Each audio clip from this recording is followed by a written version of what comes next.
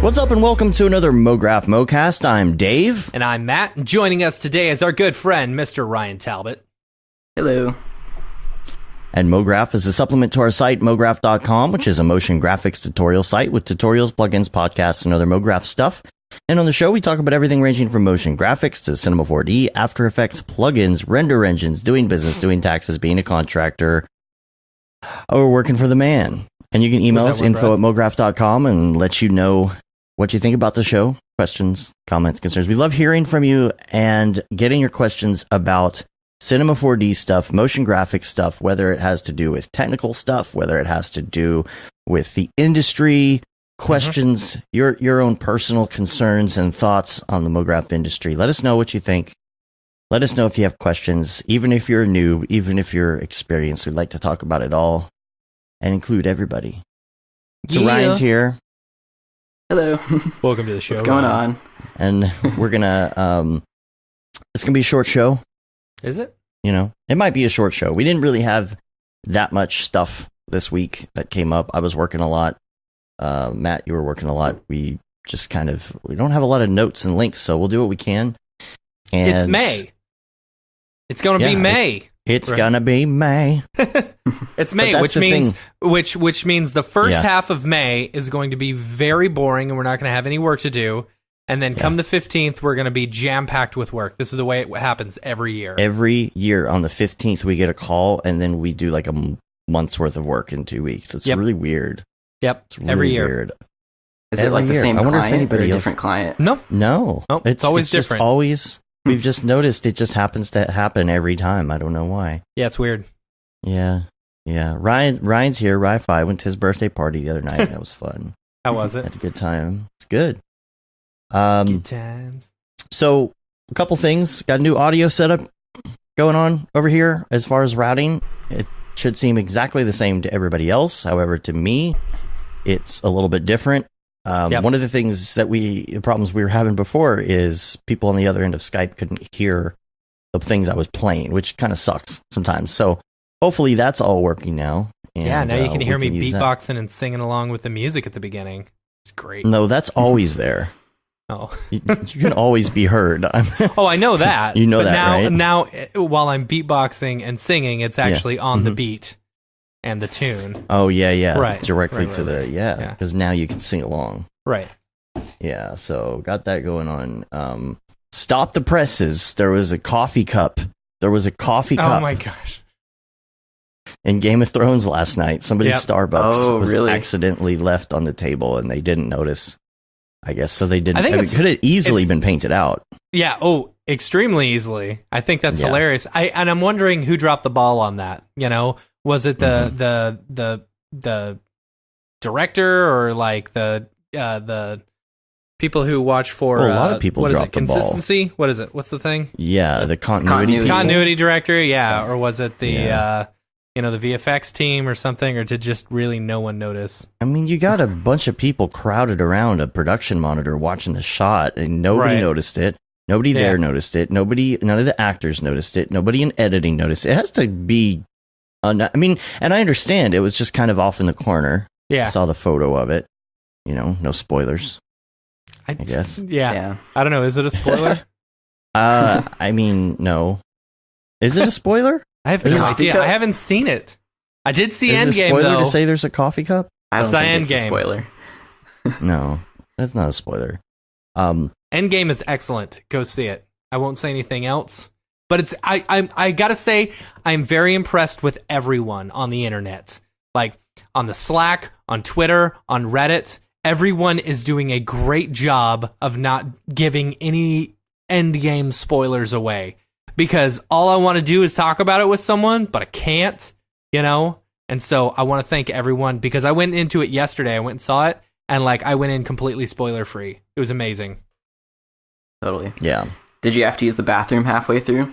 I had to use the bathroom within the first 30 minutes. Nice. I had 6 Dr. Peppers right before we went, because I didn't know whether we were going to go or not, and we just decided to go on a whim, you know? Mm-hmm. And listen, this is one thing I want to talk about, because so while I appreciate this, for that theaters are doing this, the theater that I always go to, they have now switched over to completely like whatchamacallit, assigned seating, which I hate.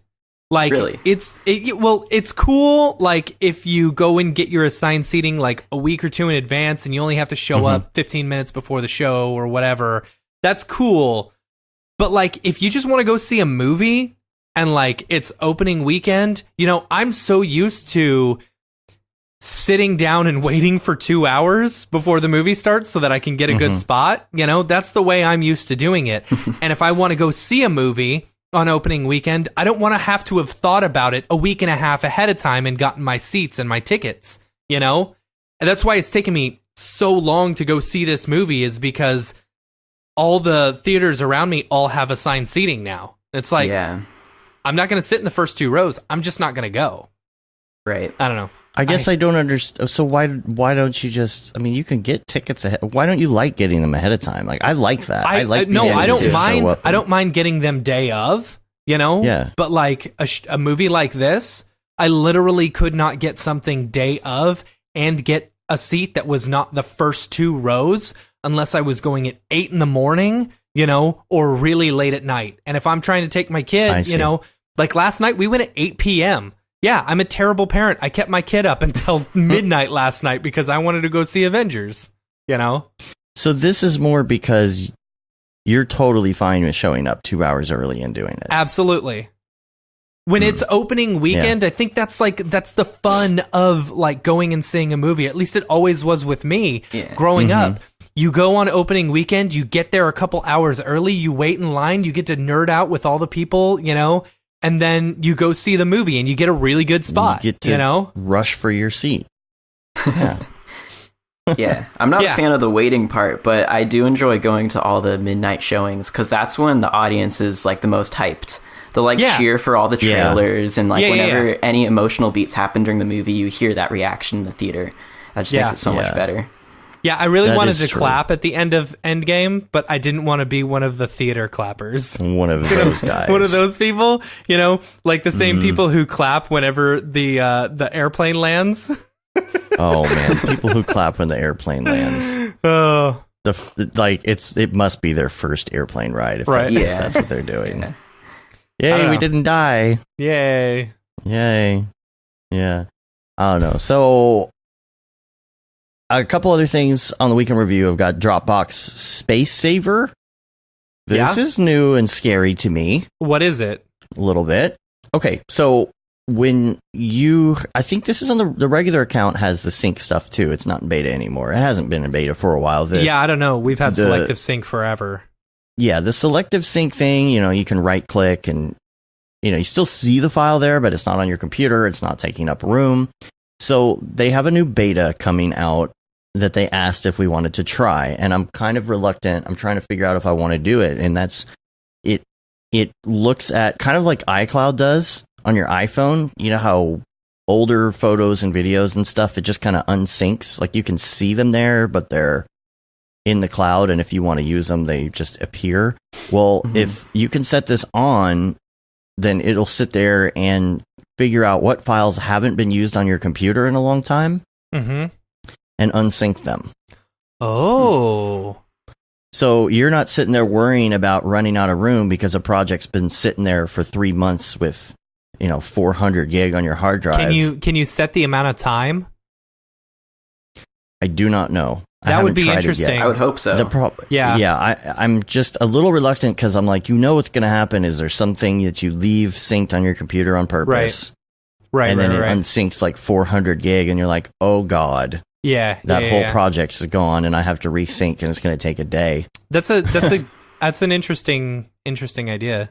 Like, I wonder if there's like exceptions that you can put in there, you know? Right. Say, don't ever unsync this folder. Yeah. I'd give it a try. I'll tell you, like, Dropbox has been a pain in the butt lately. And it's so weird, like, because I'll get down to, like, a gig left in space. And so it's like, okay, well, unsync this. And it's like, Well, I can't unsync it until I've got some space. It's like, okay, you can't delete my files without actually needing more space for files. I don't get it, you know? Yeah. I ran but sometimes issue if I let it last just night. Yeah, if I let it just chug for some reason, like it'll work. I don't know. It's dumb. So like I've got to keep on finding files that I don't need, that it's like guaranteed I don't need, that I can just delete. Catch 22, right? Yeah. Yeah, I totally. eat because I'm unhappy. I'm unhappy because I eat.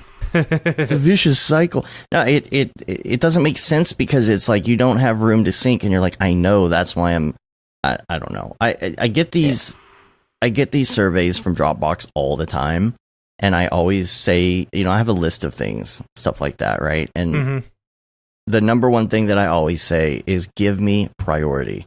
Give me priorities on Dropbox. I'm pretty sure priority is a thing. You just have to be on the beta. You just have to be on beta. I'm pretty sure because Brandon Parvini was talking in the Slack the other day. I was like, I just want priority. He's like, yeah, if you get on the beta, they've got that option. Brandon Parvini's in our Slack? Yeah. Why didn't you know that, dude? He's all over it. Why didn't I ever... That guy's a badass. I love him. I didn't think I saw that. Yeah, we need to get him on the show. Yeah, we do. As well. Yeah. Okay.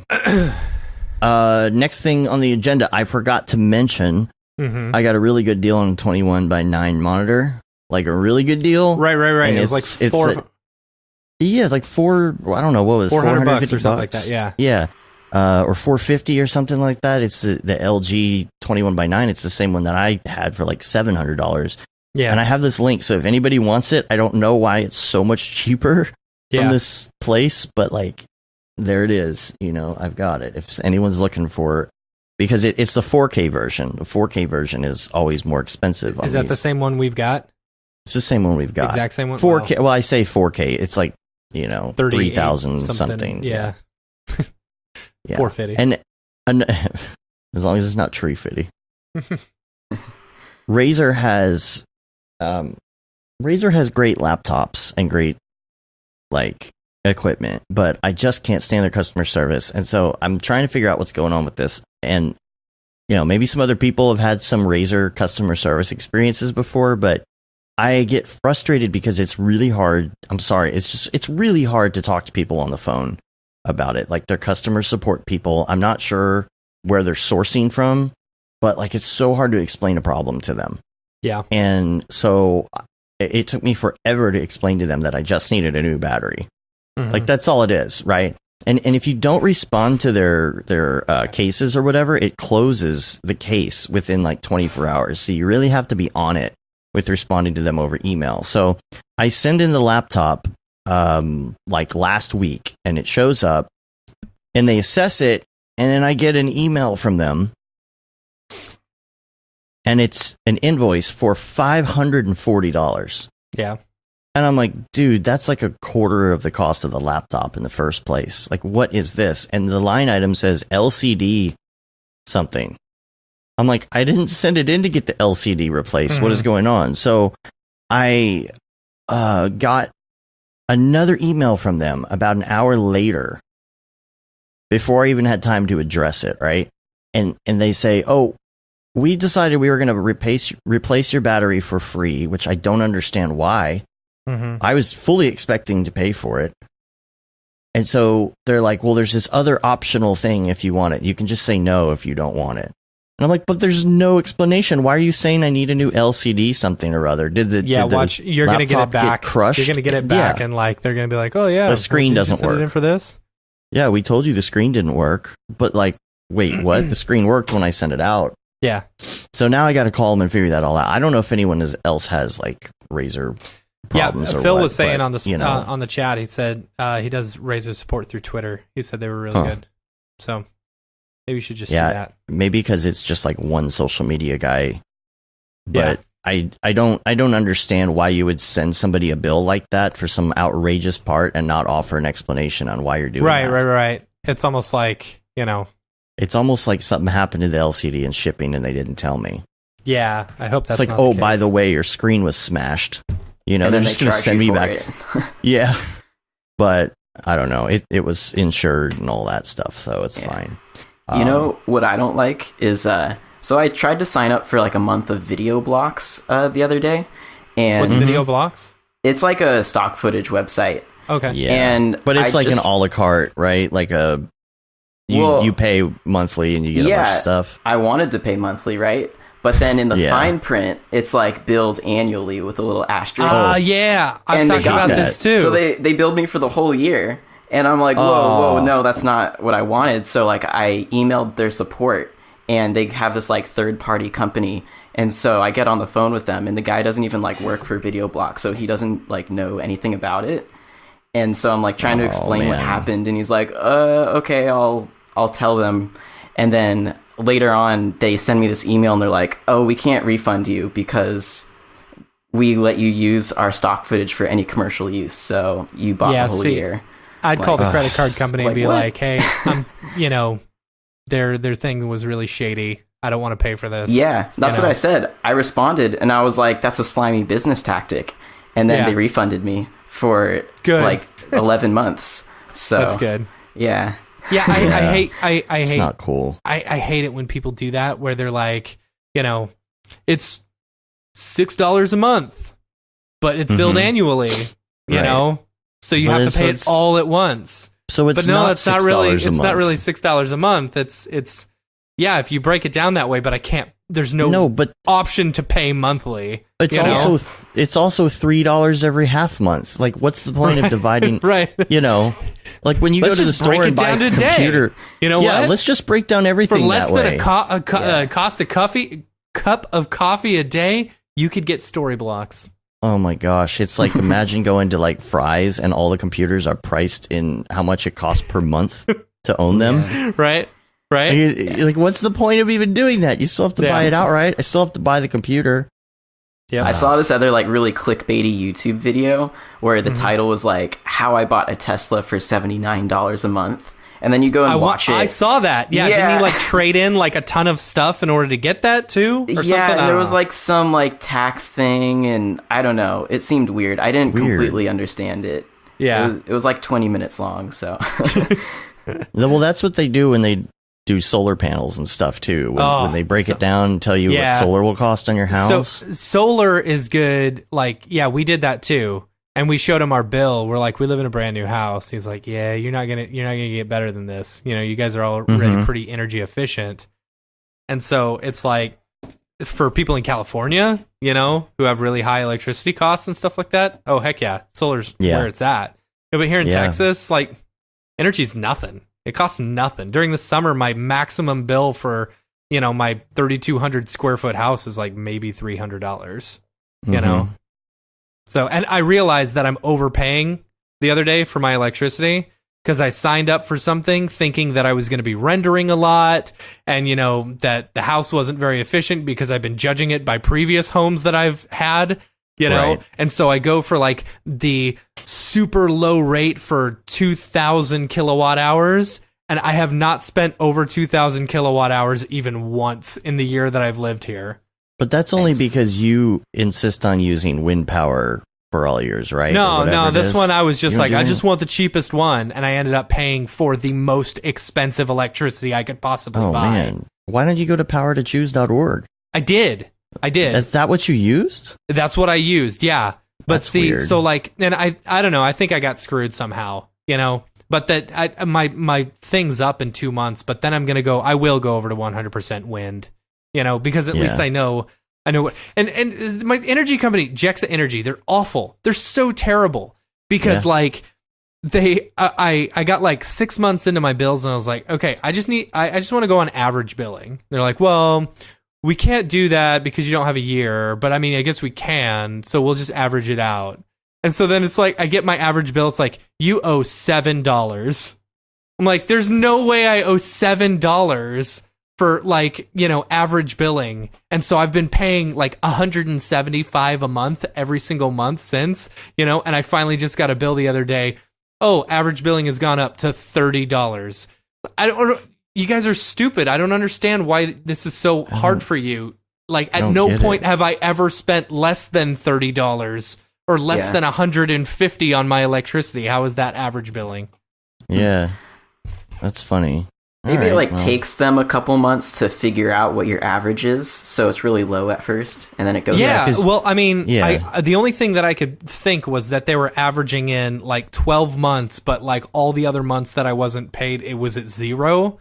But still, $7 for average billing? That doesn't make sense. It doesn't make sense. A lot of people get on those plans where you get free nights and weekends and stuff, and it's if you're rendering, that's perfect. I thought about doing that. And then just doing cryptocurrency all night. Because it's 9 p.m. to 9 a.m. You could get 12 hours of crypto time in, That'd be awesome. Yeah. Are people still doing that? I don't know. I mean, I think it's because the prices, electricity costs aren't worth it. But if you've got free electricity, then it's all it profit. Technically worth it? Yeah. Step 1, get free electricity. Step 2, profit. Yeah.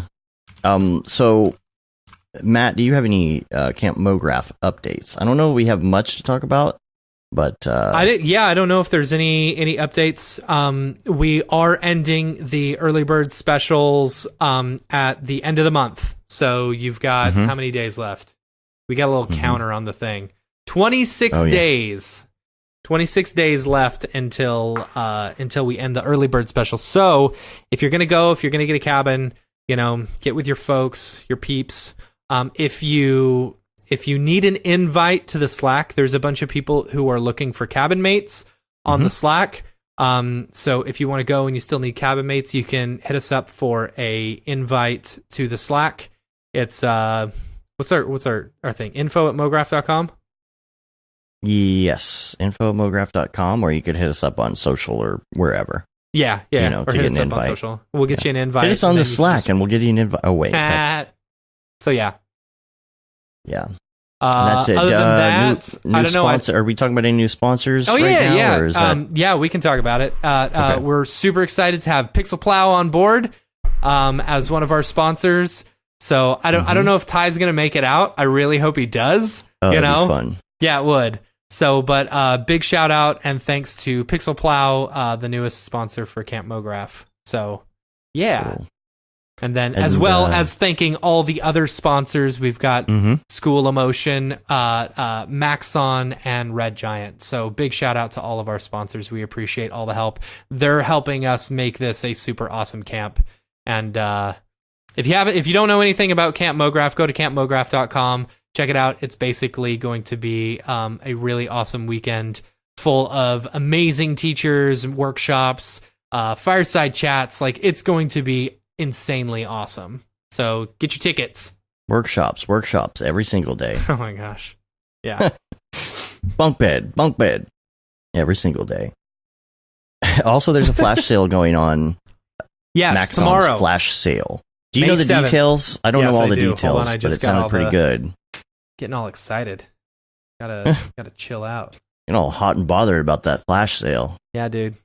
I've been having a lot of caffeine, so my tummy tums is feeling a little rumbly. So when I get excited, it gets more rumbly. All right, tomorrow, May 7th. So for those listening, if you're listening live right now, that's tomorrow. If you're listening, hopefully Dave edits this and gets it out tomorrow. Hopefully or today. I do. Hopefully. If you're listening today on Tuesday, May 7th. If you're listening past this, sorry. Let's see, May 7th, save 30% on all new Cinema 4D licenses. So you get the current version, the next version, so that's R21, Cineversity, and a discount on Redshift, which I think is really interesting. So I don't know what the discount is, whether it's 100% or whether it's just a small discount or whatever. If anyone from Maxon cares to chime in, because I know everyone listens to the podcast live. Some people do. Yeah, let us know about the Pedro says 10%. Discount. Is it 10%? Yeah, he says 10%. Yeah. So. Oh, 10% discount on Redshift. It says that in the email. I'm just not reading it. I'm stupid. Yeah, I was gonna say there's yeah, and it includes the MSA, which is awesome. So in a year from whenever you buy it, then you can just Everyone's saying 10%. That's funny. Yeah. Sorry. 10% every single Matt. day. Yeah. 10% gate. All right, well, let's move on to some topics. Today, I wanted to talk, actually, first, Ryan, about your background. Yeah. Because you are young. You are quite 22. young. I'm sure you get... I'm sure you get that. I'm sure you get that like all the time. Of course. Yeah, cool. The thing is, because I look a lot younger than I am, even though I'm already young, so I get extra. Makes it worse. You need to start growing worse. that Mograph beard. You know? Yeah. Oh, there you go. I don't know. I can't really grow a beard. I wish I could. All right. I was 23 before I could grow a beard too. Yeah, I have to shave it, otherwise I just get these like stragglers. You know. Yeah. And then it kicks in, and then like your whole body is full of hair as you get older, and it just sucks. So and then I miss when I didn't have hair. Yeah, exactly. Yeah, it falls off the head and onto the chest. I don't know. And then it all just starts turning gray. Yeah, it's the best. Yeah. When you start running your own business, it's like, hey, there's all the gray hair. A little bit of gray is cool, though. Yeah, you know. Yeah, so I'm sure you get a lot of that. So the question is, you've been doing a lot of motion graphic stuff online, and you've done some tutorials and stuff, and so the question is, well, where did you learn that? And the first thing I asked you this morning was, where did you go to school? Yeah, and that was where was that again? I went to Cal State Long Beach, and I was in the film department there for 1 year. For 1 year? Yes, 1 year. That was it. And then I dropped out. Yeah. So that's the deal, is that, the topic we bring up on the show all the time of, do you need to go to school or not if you want to do this? Again, no. I'm sure you probably got a little bit of insight on some things, film. Yeah, I definitely think it was worth it for me to go for that 1 year. Because while I was there, I was working in the film equipment room, and I was checking out cameras and lights and things to all of the seniors that were making their senior thesis films. So in doing that, I got to work on all of those sets, and then made friends with the people who were graduating and then starting to work after that. Yeah. So it actually worked out really well. And then I left after that, and I still keep in touch with a lot of those guys. See, it's interesting, like... That is, I feel like that is 90% of our industry, kind of, like, is networking. Yeah. Because if you have even if you're just starting out, if you just kind of know, a little bit, the more networking you do, the more you're able to get your name out there, even in production stuff, the more people you meet, if you don't necessarily know all of it, you can just, they'll bring you onto sets, and then you meet more people, and then you get more jobs, and then you get more experience. It's kind of like learning on the job. Yeah. But it's like networking especially is like so important in this industry. Yeah. And one of my friends from Cal State Long Beach that I made there is what got me into my first agency gig. I was working at a small agency in Irvine called Wicked Liquid for almost a year, and I was doing like Nickelodeon shows, like basic compositing and things. Yeah, which shows? Like, the Thundermans, School of Rock, Night Squad. Nice. Yeah. So that was because of Cal State Long Beach. So I definitely don't think it was a waste to go there. But it's because I made friends with the right people, sort of. It wasn't because I was in the classroom, like, writing essays and reading books and things like that. Yeah. So, Yeah, so the networking then combined with stuff on the internet. Exactly. Who were your go-to places for learning all that stuff? Because you're mainly in Octane, right? As far as so like way back in like the beginning of high school, it was all YouTube. Like I watched Freddie Wong and Corridor Digital. Freddie Wong. Yeah, those guys were... Did you hang out with the Corridor Digital guys while I did. at NAB? Yeah, I was in the limo with Ren, and we were playing Mario Kart, which was so much fun with David, too. Yeah. Oh, that was a blast. That's awesome.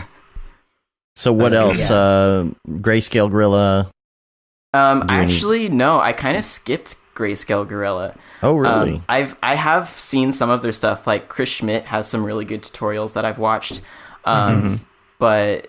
yeah, when I got into Cinema 4D, who was I watching? I don't even know. It was just like the most random things on YouTube, like random kids and that didn't have good audio quality and stuff, but like And I started with After Effects, and I started messing with the light version of Cinema 4D before I actually got into the full version. Neat. Hey, there is one of you. Yeah, they so do that was exist. actually the gateway drug for me. Yeah. It can be a gateway drug. Yeah, that's nice. All right. Yeah. All right. Mm-hmm. See, Well- I've always said that, but no one's ever believed me. You know, Yeah. like I promote light like crazy. You know, As the gateway but- drug. Yeah. as the gateway drug. Yeah. Yeah. I mean, once you get Uh-huh. your head around light, it's like then you realize what you can do in the full version. It's like Yep. crazy. Yeah. yeah. And then I wanted Any all those other- Mograph Mhm. modules, and I was like, give me the full version. Right. Yeah. That's cool. What about other 3D programs? Like, have you touched Houdini or anything yet? No, Houdini looks really technical, so I have not touched it at all. Yeah.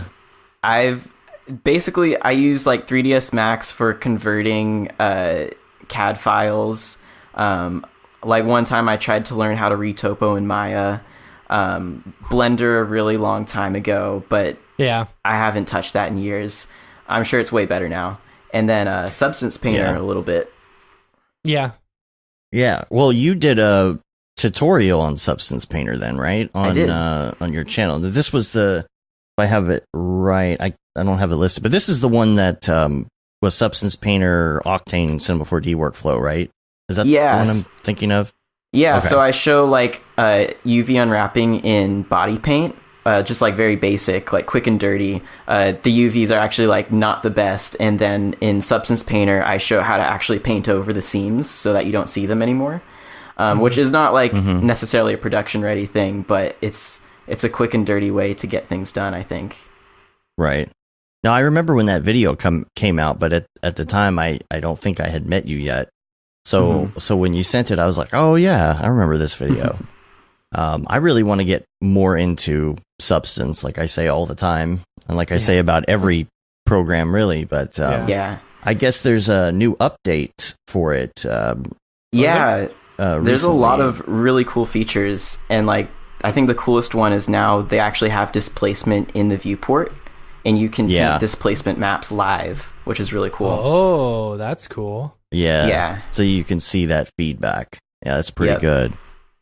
We did have a question regarding displacement in the chat room a second ago, and I'm looking to see if I can find it here.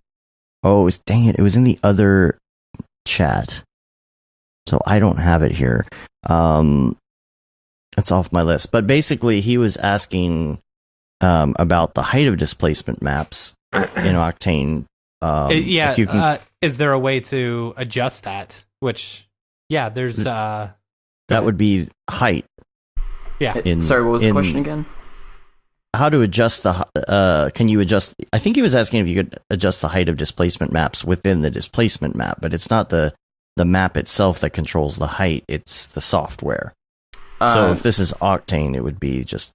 I think it's just called height, right? It just says how many inches.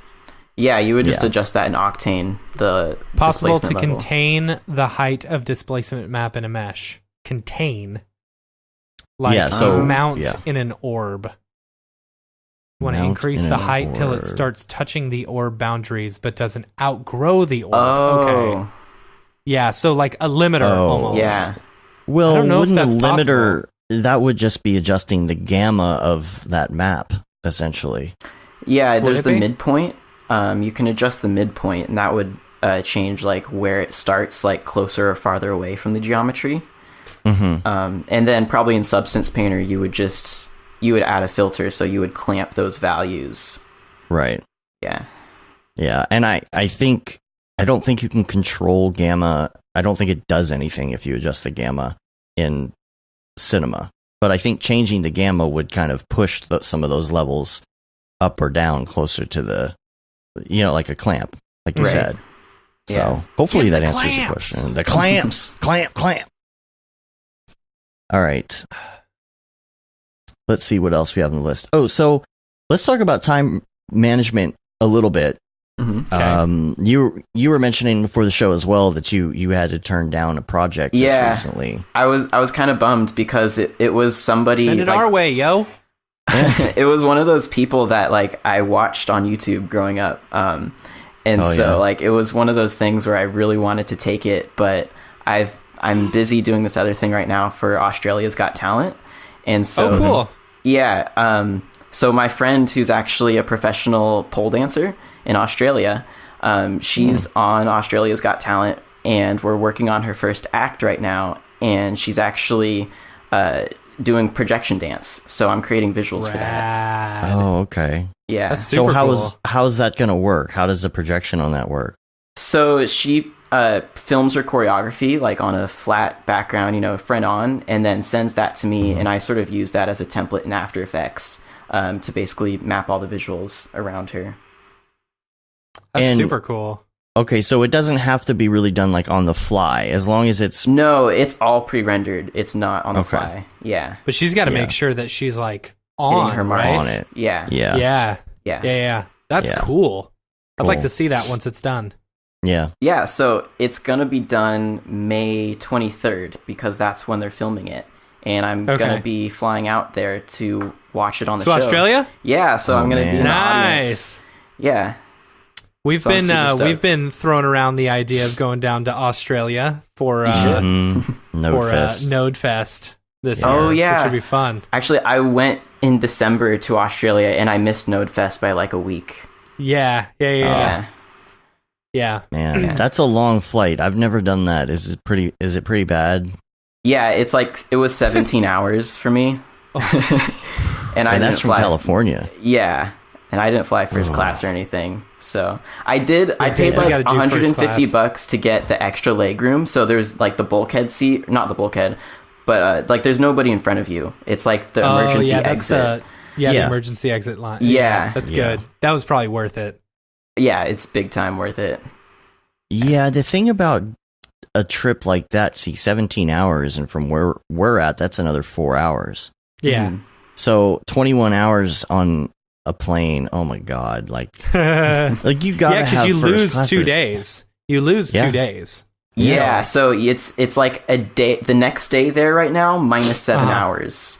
So you lose a lot of time going there, but when you fly back, it's actually earlier than when you left. Oh, that's funny. That's really funny. Yeah.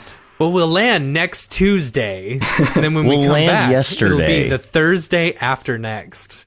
Yeah. Oh man, it's like going back in time. The problem with trying to get tickets for something like that, like, is you look at the first class so you can try and lay out or sleep or what? Because I would love to sleep on the plane, like lay down. But you look at the tickets; they're like $7,000 a pop. It's insane. It's insane. How does anybody fly? How does anybody afford that? Company money, the company credit card. Yeah. Yeah. I mean, I'm sure they've got deals and stuff like that. It's like, I'm sure some of these companies just have deals straight with some of these airlines, and they're just like, hey, we're going to use you exclusively. Give us a deal. Yeah. So, I don't know. Man. So, the other thing I wanted to talk about is the new Sonic movie. Okay, real quick before you say that, did you watch Saturday Night Live this weekend? No. Adam Sandler was hosting, so it was super cool. It's the first time he'd been on since he got fired from SNL. I didn't he had know never he was hosted fired before. Yeah, he was fired back in the 90s. He does a whole skit about it. Like Lorne Michaels just like laid off half of the staff. Because he didn't think they were very funny.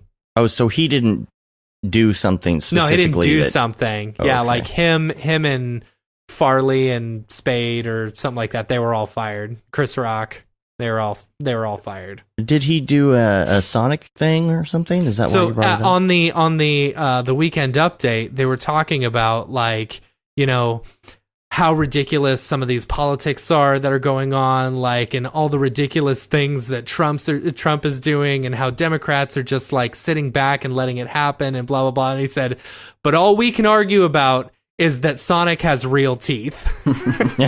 It was a very funny moment. I thought maybe he was doing some sort of Sonic skit. That would have been funny. No. Yeah, that was funny with his Adam Sandler voice. Nah, I mean he did. He of course did Opera Man on the Weekend Update, which is so good. Yeah, on Weekend Update. Nice. That's cool. So, If you've seen the, have you seen the? Well, I think it's called Fresh or 100% Fresh or something. It was his stand-up that he did, the Adam Sandler one on Netflix. If you haven't seen it, watch it because it's fantastic. Is it? Like, it's the best thing Adam Sandler has done since, like, Billy Madison, you know? Like, it is classic Adam Sandler, and it is so good, you know? All right. He does a song, this tribute song for Chris Farley at the end of the Netflix special, you know, and he sings it at the end as well. Ryan, you probably weren't even alive when Chris Farley was around, were you? See? That name does not ring a bell. I'm sorry. Oh my goodness. It hurts so bad. Oh. Is he a comedian? Yo, he's the best comedian. Billy Madison? No, I mean, I'm not he too up on the comedian world either, though. So, oh man, he's an actor, comedian. He was like the excited Southerner. No, I'm talking about Chris Farley. I'm talking about Chris Farley. Chris Farley. Yeah. Sorry. I was saying you probably weren't even alive when Chris Farley was alive. You know. Okay. Oh, you know Chris Farley. What year were you born? Some shows. Like, what year were you born? I've seen that name. Oh, 1997. 97. Okay, yeah, you might. Yeah, you were probably like 2 when he died. Oh, so yeah. 97 was like when Adam Sandler's cassette tape was out that everybody was listening to at school. Yeah. Because it was so bad. Like, you couldn't let your teachers know what you were listening to. My brother bought that CD, and it was the one with "Ode to My Car" in it. You know, just talking about how his car's a piece of crap. And my parents found out, and they took it and they threw it in the microwave, like, and it just like burned up. Yeah. You know, they're like, you can't listen to this crap. Wow. Somebody gave me a copy of it on cassette, and I had to hide it from my parents that I even had it. You know, we'd go on these band trips, and we would all be listening to it on our headphones, and we thought it was so funny because nobody knew. Yeah. You know, and it had cuss words in it, you know, so it was a big deal. But anyway, back to Sonic. So there's so many awesome memes out there about Sonic and how bad it looked. And I actually thought this would be a good topic because how does something get to the point that it did without any sort of, like, I don't know, any sort of testing? Right, because a lot of people had to have seen it before that trailer came out. Yeah. Right. Yeah. How does it get to that point? You know, you okay. really have no, like, R&D. You really have no focus groups or anything. You got all that money. Hold on. Here's what I'll say. As someone with a 5-year-old boy, you know, who plays a lot of Smash Brothers, and he knows Sonic the Hedgehog from Smash Brothers and stuff like that. And he's watched the cartoons on Netflix. He watched that trailer probably a dozen times yesterday. He is so excited about it, and he doesn't think that it looks weird. And I will say 100%, it's probably the nostalgia factor that everyone thinks he looks weird. Or it's also the people in our industry who are vocal because we know that it looks bad. But maybe the target audience of the movie is these, like, little kids who don't really care what they're watching. Yeah. And I don't know. It's like, you take creative license with something, and I don't, you know, it's sorry, Chris Rutledge is in the chat. He's freaking out that you don't know who. Oh, that's funny. Anyway, you take creative license with anything. I don't think he looks that terribly different. Right. You know, his proportions are off. For sure. But they're even showing his legs. Like, why were his legs done that way? Like, because they took creative license with it, you know? I think they were thinking that more people would be upset or excited about a Sonic movie because there's never been a Sonic movie, a live action one, you know? I think Paramount thought they'd be more excited about seeing a Sonic movie than caring about actually how he looked, you know? Yes, the realistic fingers are weird and the teeth and the eyes are weird, but you know what? so what? It's all about creative license. Let them do it. If the movie's good, the movie's good. If the movie's crap, it doesn't matter how good he looks. It will still be crap. Yeah. Oh, it's going to be a bad movie. It's going to be right now. Awful. It's going to be terrible. It's going to be so bad. Now the thing about the industry and everybody and people like responding to it is that they decided to change it. They decided they're actually going to change it now. Yeah. And which is a good thing, I think. But I don't. Here's the problem: they're going to spend a lot of money redoing it, and they're not going to make a lot of money on this movie. What's the ROI on them making changes? Exactly. Are they going to spend a ton of money on those changes and then not get and be like, oh, look, we made changes. Now you can go see the movie that you like, But really I mean, you also have to keep in mind, this goes back to an entire like mob mentality that there is on social networking nowadays. You get one person pissed off or you show off one thing that people don't like, and then everyone jumps on the bandwagon without even really thinking about like the people involved in making the movies, the creative decisions and stuff like that.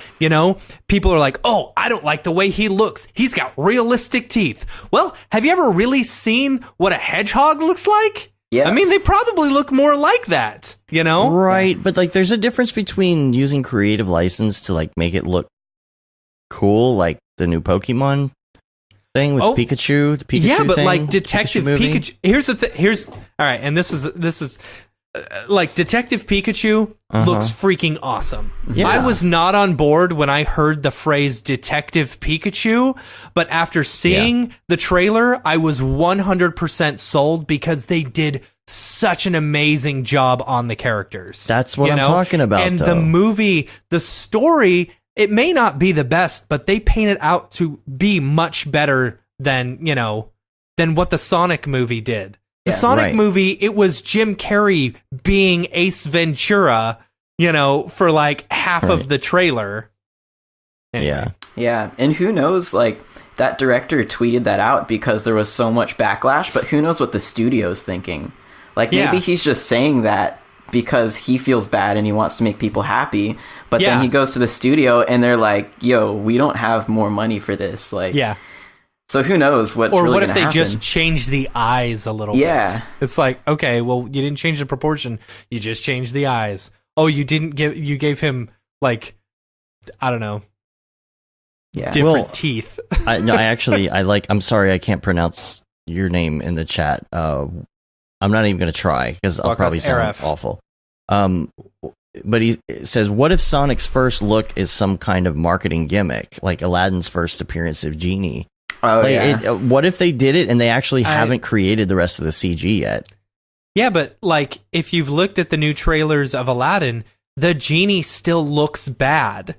Like he looks just as bad as that first version. No, I get that. But what if they haven't actually done the other animation for Sonic besides this trailer at this point? What if they have placeholders and stuff? Like it could be that they haven't rendered the other stuff yet. I don't think that's the case. I don't think that's the case. There's the thing is, first impressions are like big. You want to wow people, you want to get people interested, and that's I think that's the thing that they were leaning on. They knew maybe Sonic wasn't that good, or the trailer wasn't that good, so they were kind of like relying on Jim Carrey to carry it. Mm-hmm. Oh yeah, totally. But do you think, okay, there's two ways you could look at it. Maybe they liked the Sonic and they put it out there to see, and maybe they made it bad on purpose. Or maybe it was just a bad shot. I don't think they're trolling. Yeah. I don't think they're trolling. Like if you look at the him getting ready thing, like where he's on the road and he's like, gotta go fast. That doesn't look that bad. Right. It's once he's standing there, it's that same shot that everyone has taken, and then shown a better looking Sonic could look like. Right. It's like once you still frame that, it's like, yeah, okay, I can see his proportions are off. But that's not necessarily the way it looks throughout the rest of it. Right.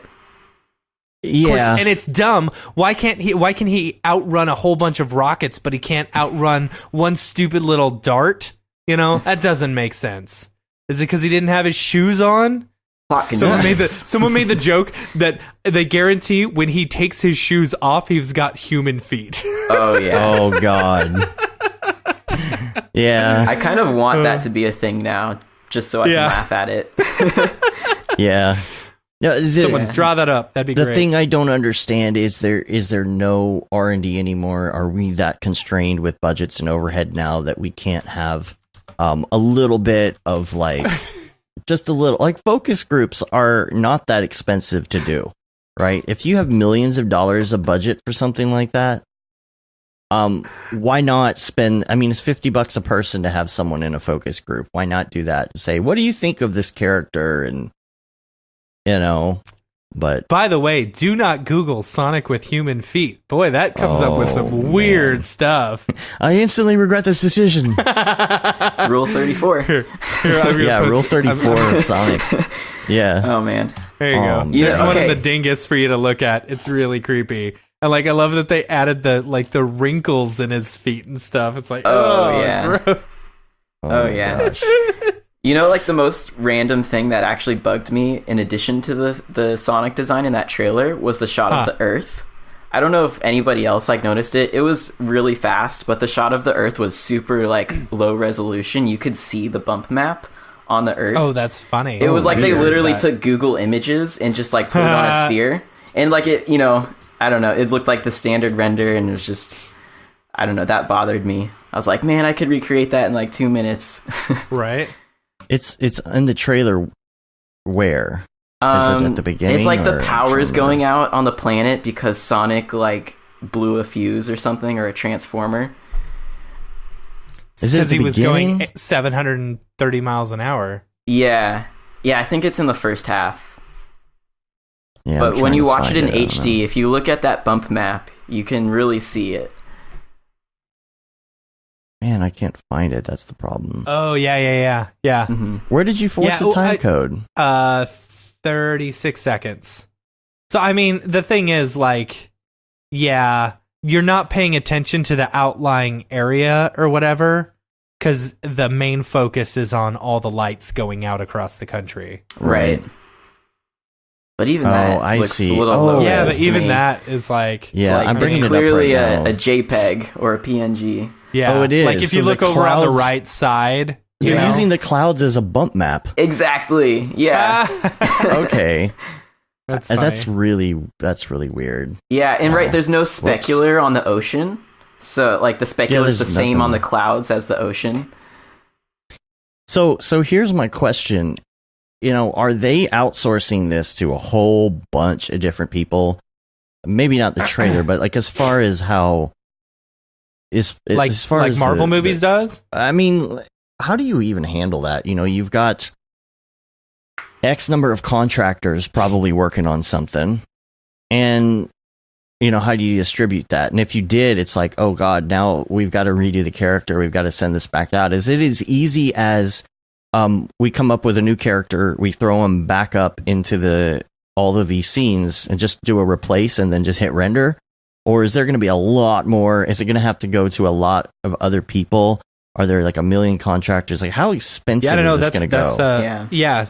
Is there one specific studio handling it, or are there multiple ones doing the VFX on it? Yeah, no, that's a good idea. That's a good thought. I don't know. It's interesting to think about, because like, what is their budget going to be on this remake? Did they really think this through and figure out what the cost benefit is going to be, or are they just so concerned with the fact that the internet doesn't like it that they're going to change it? I can't remember who I saw the tweet from the other day, but they said, let's hope this doesn't kill another studio or something and cause us all to change our avatars to green screen chroma keys. Yeah, it would be protest. blue. It'd be Sonic Blue this time, right? Of course. Yeah. I think it comes down to the money. If the studio thinks that they're going to make that much more profit by redesigning Sonic, then they'll do it. If they don't, and they think, oh, it's just a bunch of kids going to see the movie anyways, then they're not going to change it. Yeah, I don't think they're going to change it. I don't think they'll change it much. You know, if they do. Like, maybe give him bigger shoes. Yeah. That's an easy fix, right? It's just a layer in Photoshop. Got to go fast. MS Paint. Yeah. So that's all I got for topic stuff. So I want to move on to Ravcock. What's your flavor? What's your flavor? So I had an experience trying to get NVLink to work this week. I did finally upgrade my Octane to 2018. Everything's working great on that end. Updated the render computer and all of that stuff too. Everything's great. It's super fast to me. Yeah. Yeah, you were showing me those test renders and stuff on standalone, and it seems pretty speedy. So speedy. And is that using RTX yet? That's not even using RTX, is it? The one I was showing you probably was using RTX. You think so? I believe. Huh. Or is that only in 2019? I don't know. I think it's 2019.2 is when RTX officially is out. Oh, okay. I thought it was in 2018 on the standalone, but okay. So here's what I did, because I haven't had much time to do anything with it, any projects. I've just been testing over the weekend, and I was really wanting to get the NVLink to work. So maybe somebody has some insight. I've posted some things on some forums and on the Slack, and so far, nobody has an answer for me. Mm-hmm. And so this is what I'm trying to figure out, if anyone's actually got this working, is to get NVLink working in C4D. Or is it not out yet? I swore I saw that NVLink was supposed to be working according to a thread, but then the same day that I had the issue, I saw somebody else post asking the same exact question on the same day, and just nobody's really answering. So maybe, if there's anybody watching, listening that has got an NVLink working with Octane in Cinema 4D, please let me know. Because what I don't get is, am I supposed to be looking for a particular button? Yeah. Yeah. So here was my process, right? I've had NVLink for a while, but I've been on 4. So I just had the thing sitting there and not, really set up. And for me, I knew it was going to be processed because I don't like to update my computer very often, right? No, you don't. And I like to keep it on lockdown. So I knew I had to update the NVIDIA drivers, which I wasn't updating because there was a problem a while back, and so I didn't do that. I also knew that in order for RTX to work and for NVIDIA Link to work, I had to update Windows. Mm-hmm. Well, I go to Windows to update, and it won't actually let me click on the button. And I realize that's because I have my my GP edit policies set to, don't update or I'll cut you. And and so I had to go in and actually turn off all those things in GP edit to even allow it to try and connect to the server to update. Turn them back on or whatever. I did. Afterwards. Okay. Yeah, I turned them back on. So I updated Windows, and I will say it's been a while since I updated it. So I was super happy that there was dark mode and stuff in the File Explorer. Right. Yeah, I know you're all ooh, dark mode. Check it out, Matt. Are you using it? And everybody's like, that's yeah, funny. That's so October 2018. So, yeah. So, I in the chat, I tried NVLink with Octane, didn't work for me. RTX 2080 Ti. I have it working on standalone, and here's the deal. From what I can tell, first of all, you have to have SLI enabled. Okay, because as we have heard, you don't want SLI enabled if you're doing actual SLI. It's not good for Octane, will slow you down.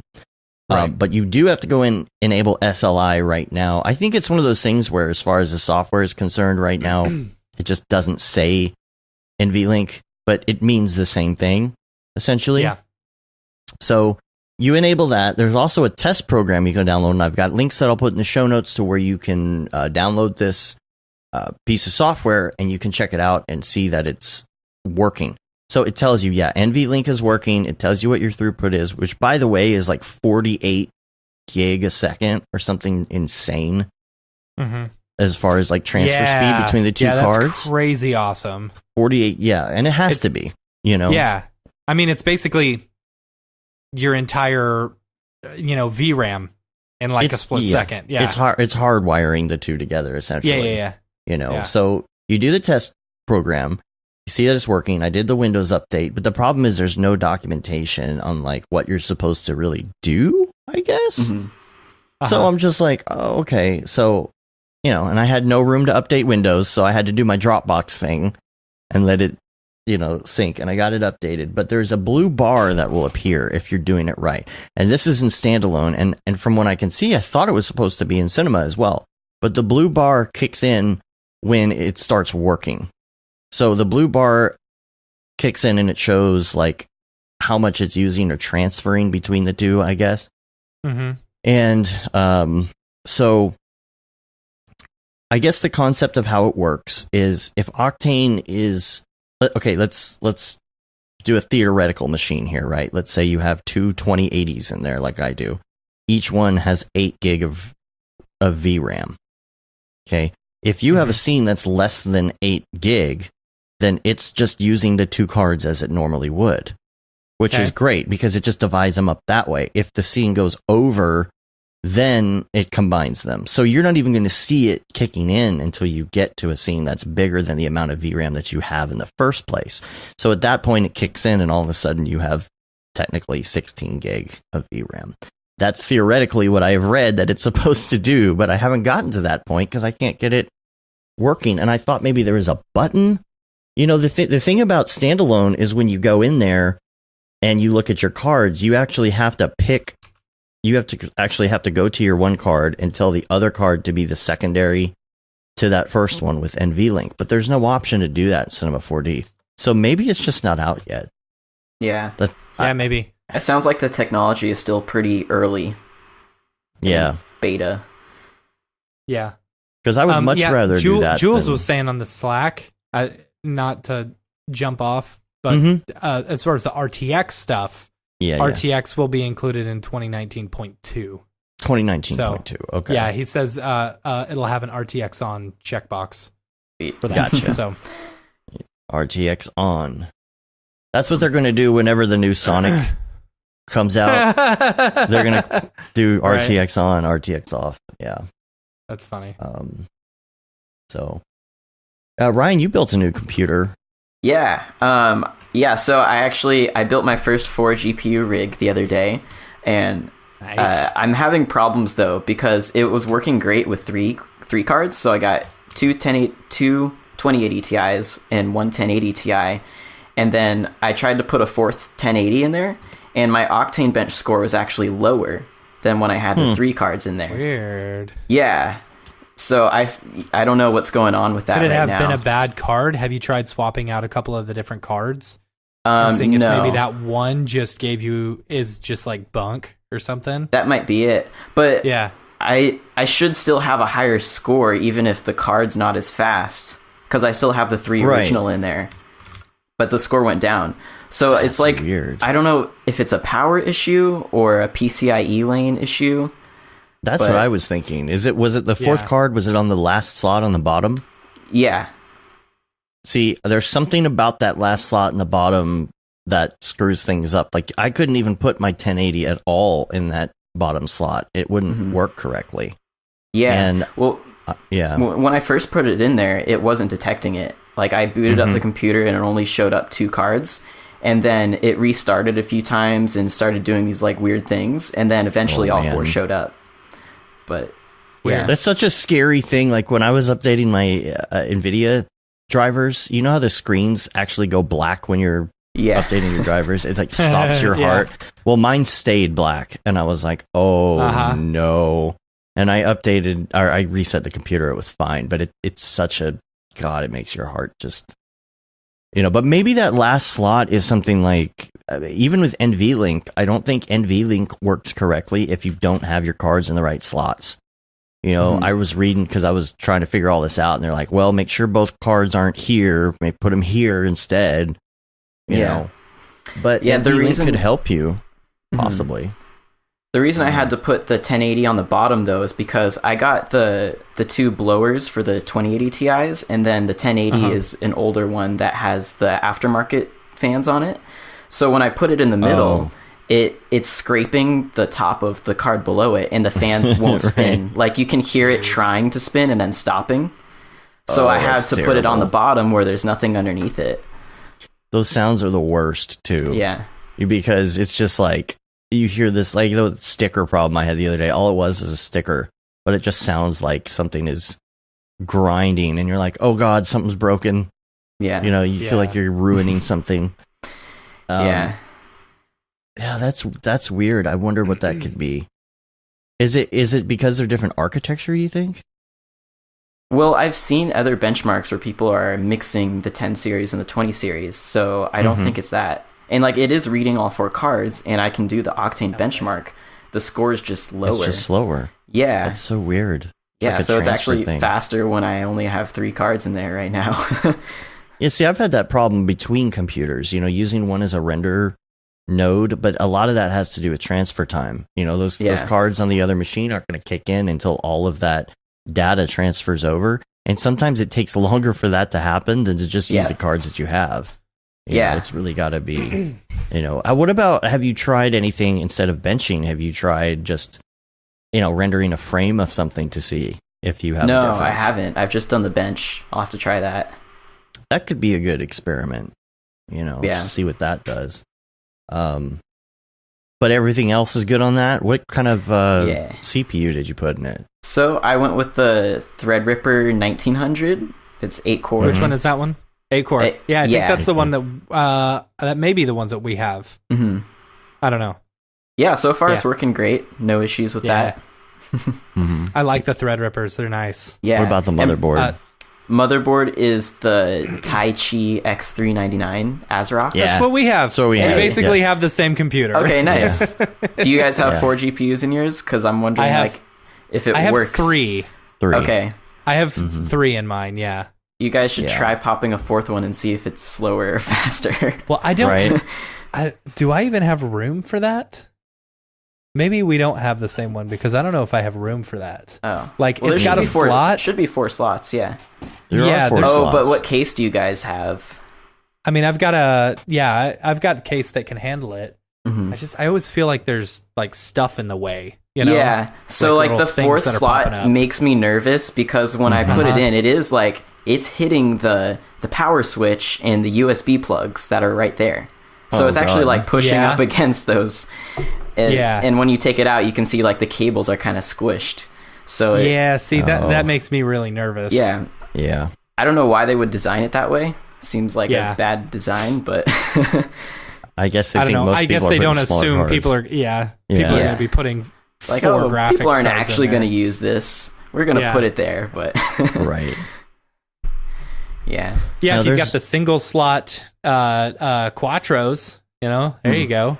Yeah. Do that. Yeah. Or if you're doing single slot whatever. Yeah, you could mod that 1080 to be water cooled, and then you would have a little more room to go. move things around. Hey, first world problems. My 4th card isn't working. Yeah, if anybody knows how to do a custom loop, I will like pay you to do it for me because I don't want to mess with that.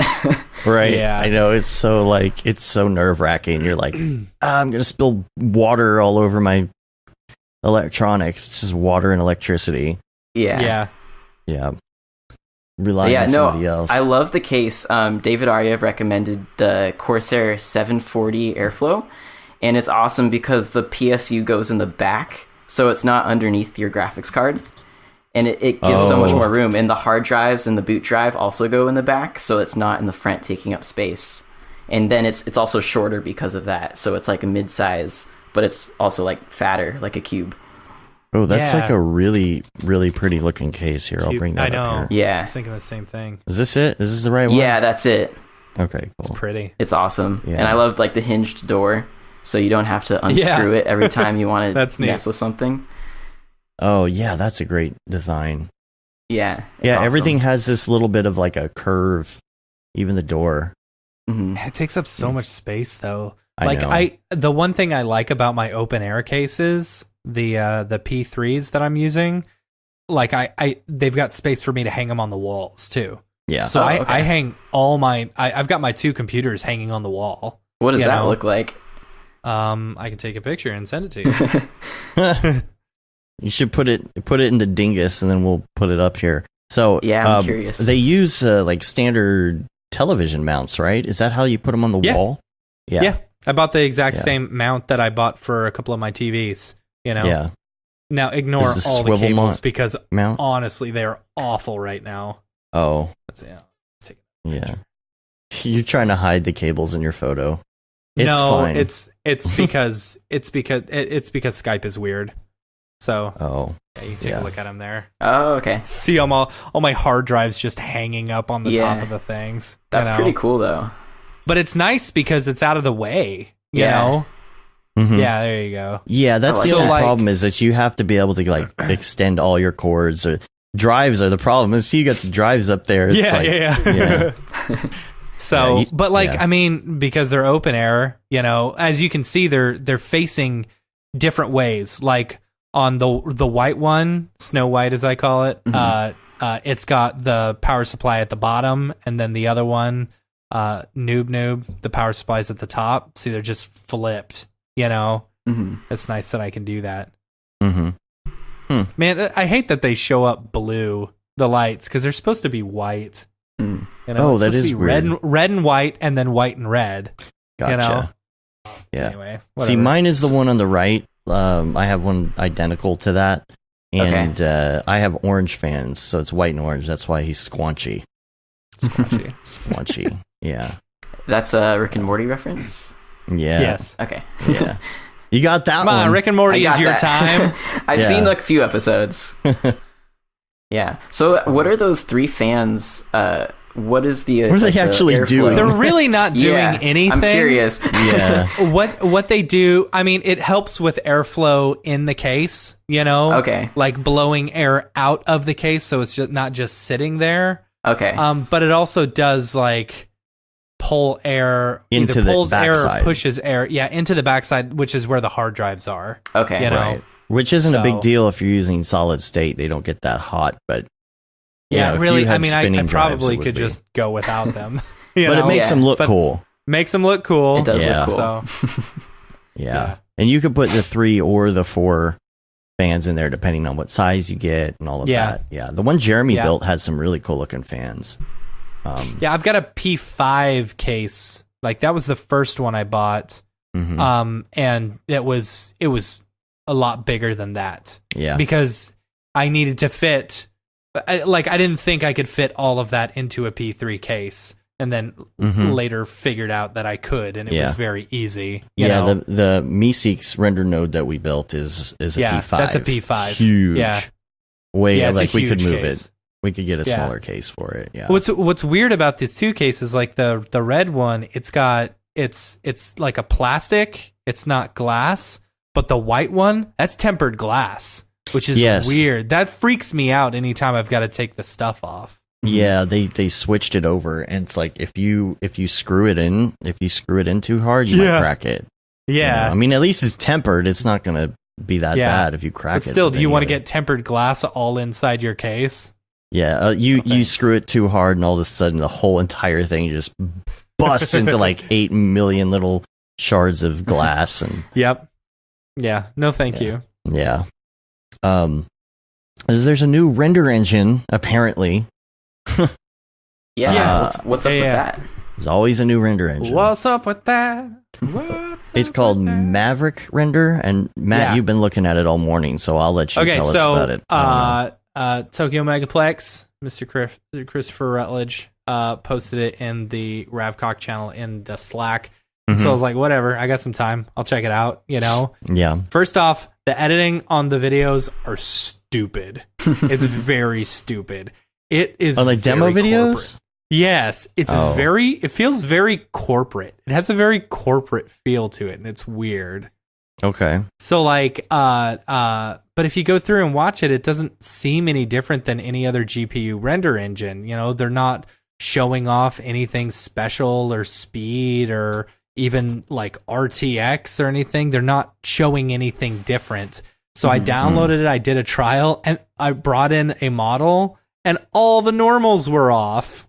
They triangulated it and then threw off all the normals. And it's like, I'm out. No, thank you. I don't even want to mess with this. Yeah, it's not ready for prime time from just my initial. Well, I mean, the first thing everybody's going to do is they're going to ask, how does this compare to other engines? Do they have any? The only thing that it had going for it is that it has like 13,000 built-in materials, and a ton of HDRIs as well. Okay. So if you're looking to not create any materials yourself, which you can in there, but it comes with a huge library of all these things. Okay. So, there's that option. Place the virtual camera where you feel your model will look the best. Right? Really? It's like, we know that. What are you trying to do? Is this more for like someone who just wants to light and render a model and they don't know that much about that might be the case. Yeah, like Keyshot. Yeah. Keyshot went away, right? Didn't they? No, Keyshot's still a thing. Still around. I think it's more for like concept artists and like ZBrush people maybe who are just trying to get their concept out. But yeah. Have you guys heard of URender? Yeah. Oh yeah. That one looks pretty cool. Yeah, we've talked to the URender guys a couple of times. They're nice, super nice guys. They were at NAB. Why didn't you talk to them at NAB? I did. They were there. Yeah. Oh, well, good. Oh, there you go. Yeah, no, I really like what they're doing, and I think like it's crazy cool that like you can render some of those frames out like super fast and stuff. I just like it wouldn't work necessarily in my pipeline right now, but if you're looking for like a super fast rendering and you don't need it to look super photorealistic, then URender's really nice. Yeah. Reminds me a lot of Eevee. I think it would be something that would be great for if you were doing a lot of just like blocking and concepting. Yeah. I could see I could see it also being very good if you're doing a cartoon that doesn't necessarily need to have like photorealistic assets or something like that, to where you can create scenes and stuff like that, and not like a cartoon like like a flat 2D looking cartoon, but like a 3D cartoon, that doesn't necessarily need all the realism and stuff. Yeah. That could be pretty cool. Yeah, it would make a good viewport as well. Yeah. I mean, I think that's generally the idea behind it. It's using OpenCL, isn't it? For doing all of its render. One of those things. Game engine rendering stuff. Yeah. So, because having multiple cards doesn't increase your speed at all, I don't think. I'm pretty sure it only renders off of one card. That makes sense if it's real time. Yeah. And not every job needs that last 10 to 15% of octane or whatever photorealism. Sure. Yeah. So I think there's a lot of good uses for it. Yeah. There's a lot of stuff like that. We do stuff for clients, and it's we're not going over the top with the realism because A, they don't have the budget for it, but B, they're not that concerned about that. Exactly. Yep. So it's like you're modeling a product and you're having a product do a rotation or something, and show how it goes into a thing. Even instructional. A simple logo, Yeah. All right, well, let's go to some links.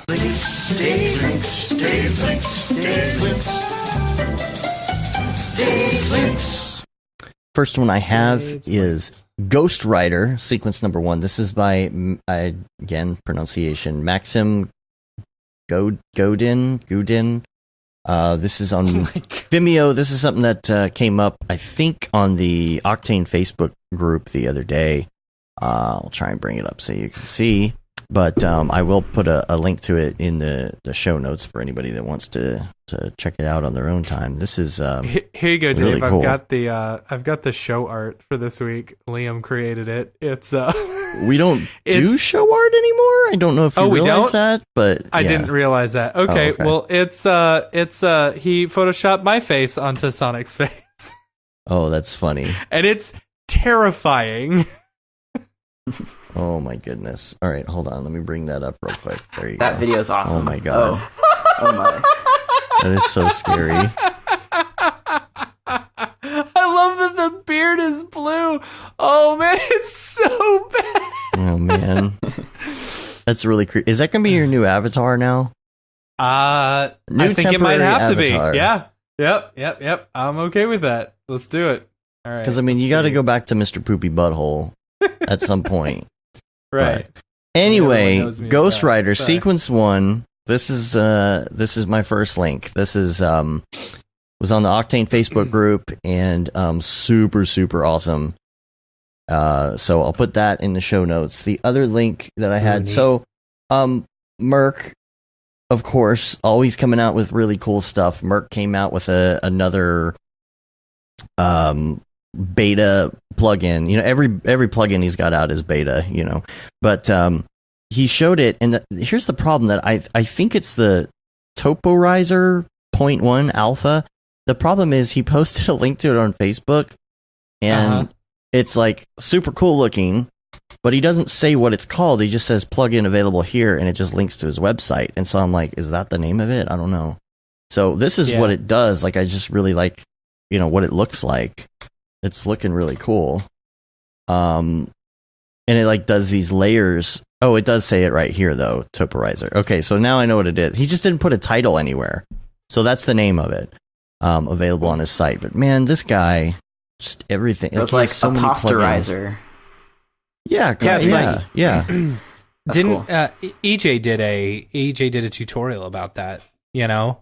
Oh, really? Like, like how to create that type of look, you know? Yeah.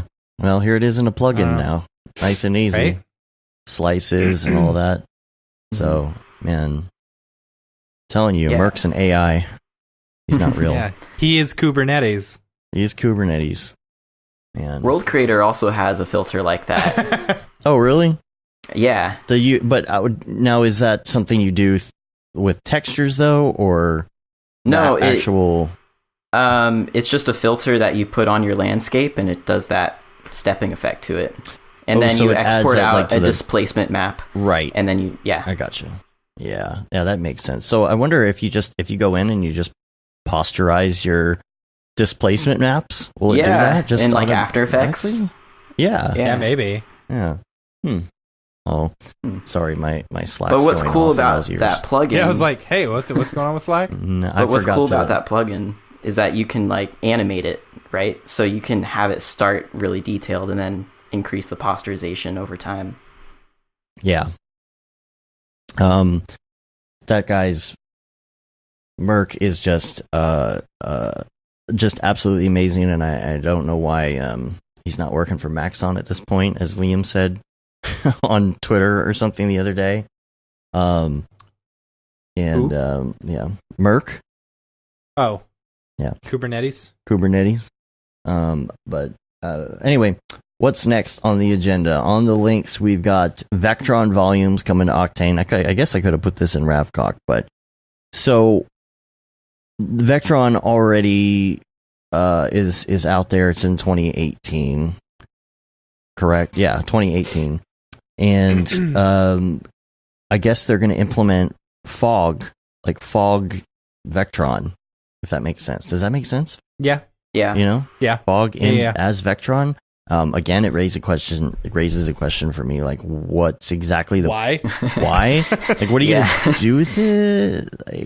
There's been some good examples of use, but like, apparently it's super fast and everything. But there's a video you can check out that demo as well. And I, of course, am going to put the links for your tutorial channel, Ryan, and and your reel as well, and the links so that we can all check that out.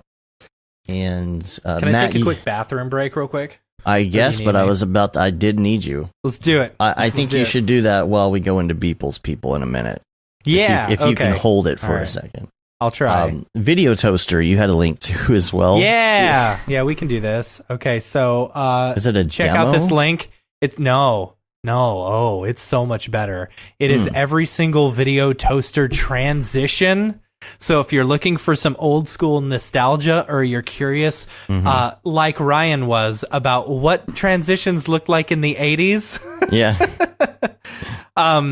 check this out. It's really cool. So if you ever used a Video Toaster back in the day, the Amiga Video Toaster, God knows you'll I know. Did. Yeah. You'll feel nostalgia about a couple of these transitions, like the leg falling sheep. And the people with the guns walking by. It's pretty crazy. The leg and the paint transition.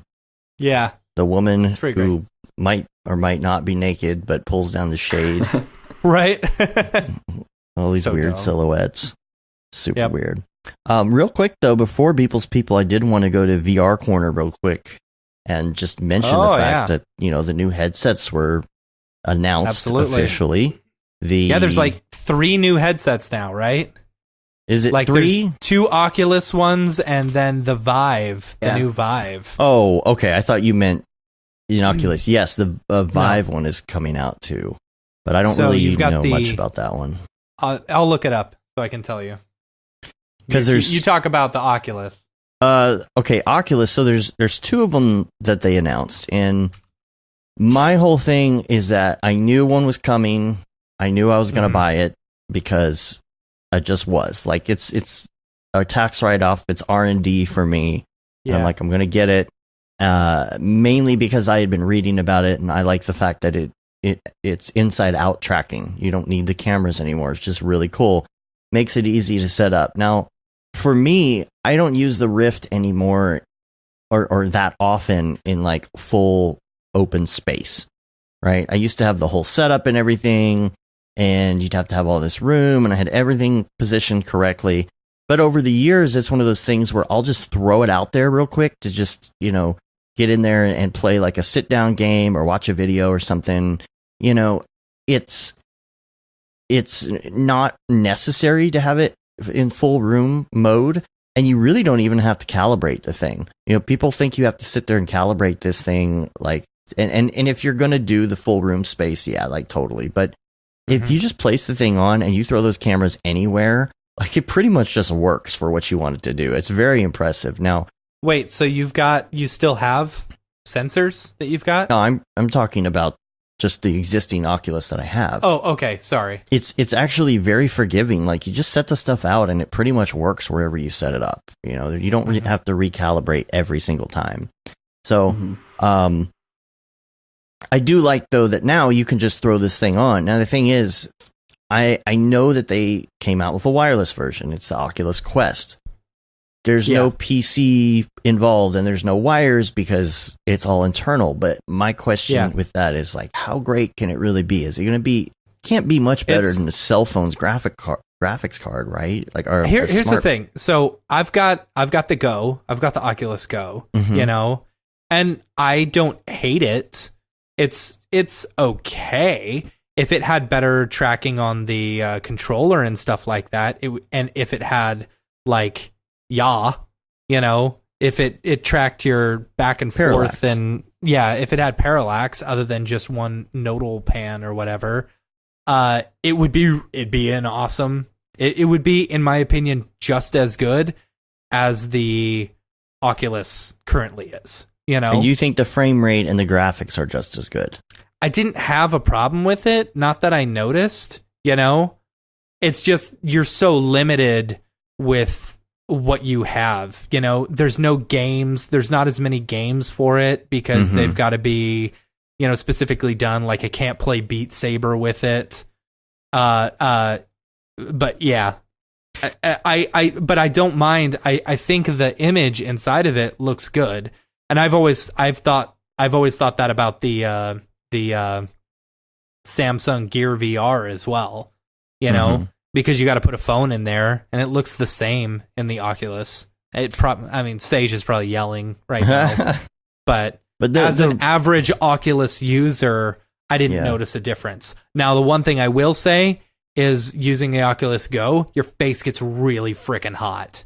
You know? Oh, because if the processor's sitting really there baking. Hot. Yeah. No, but the thing that the Go has going for it is the sound is incredible.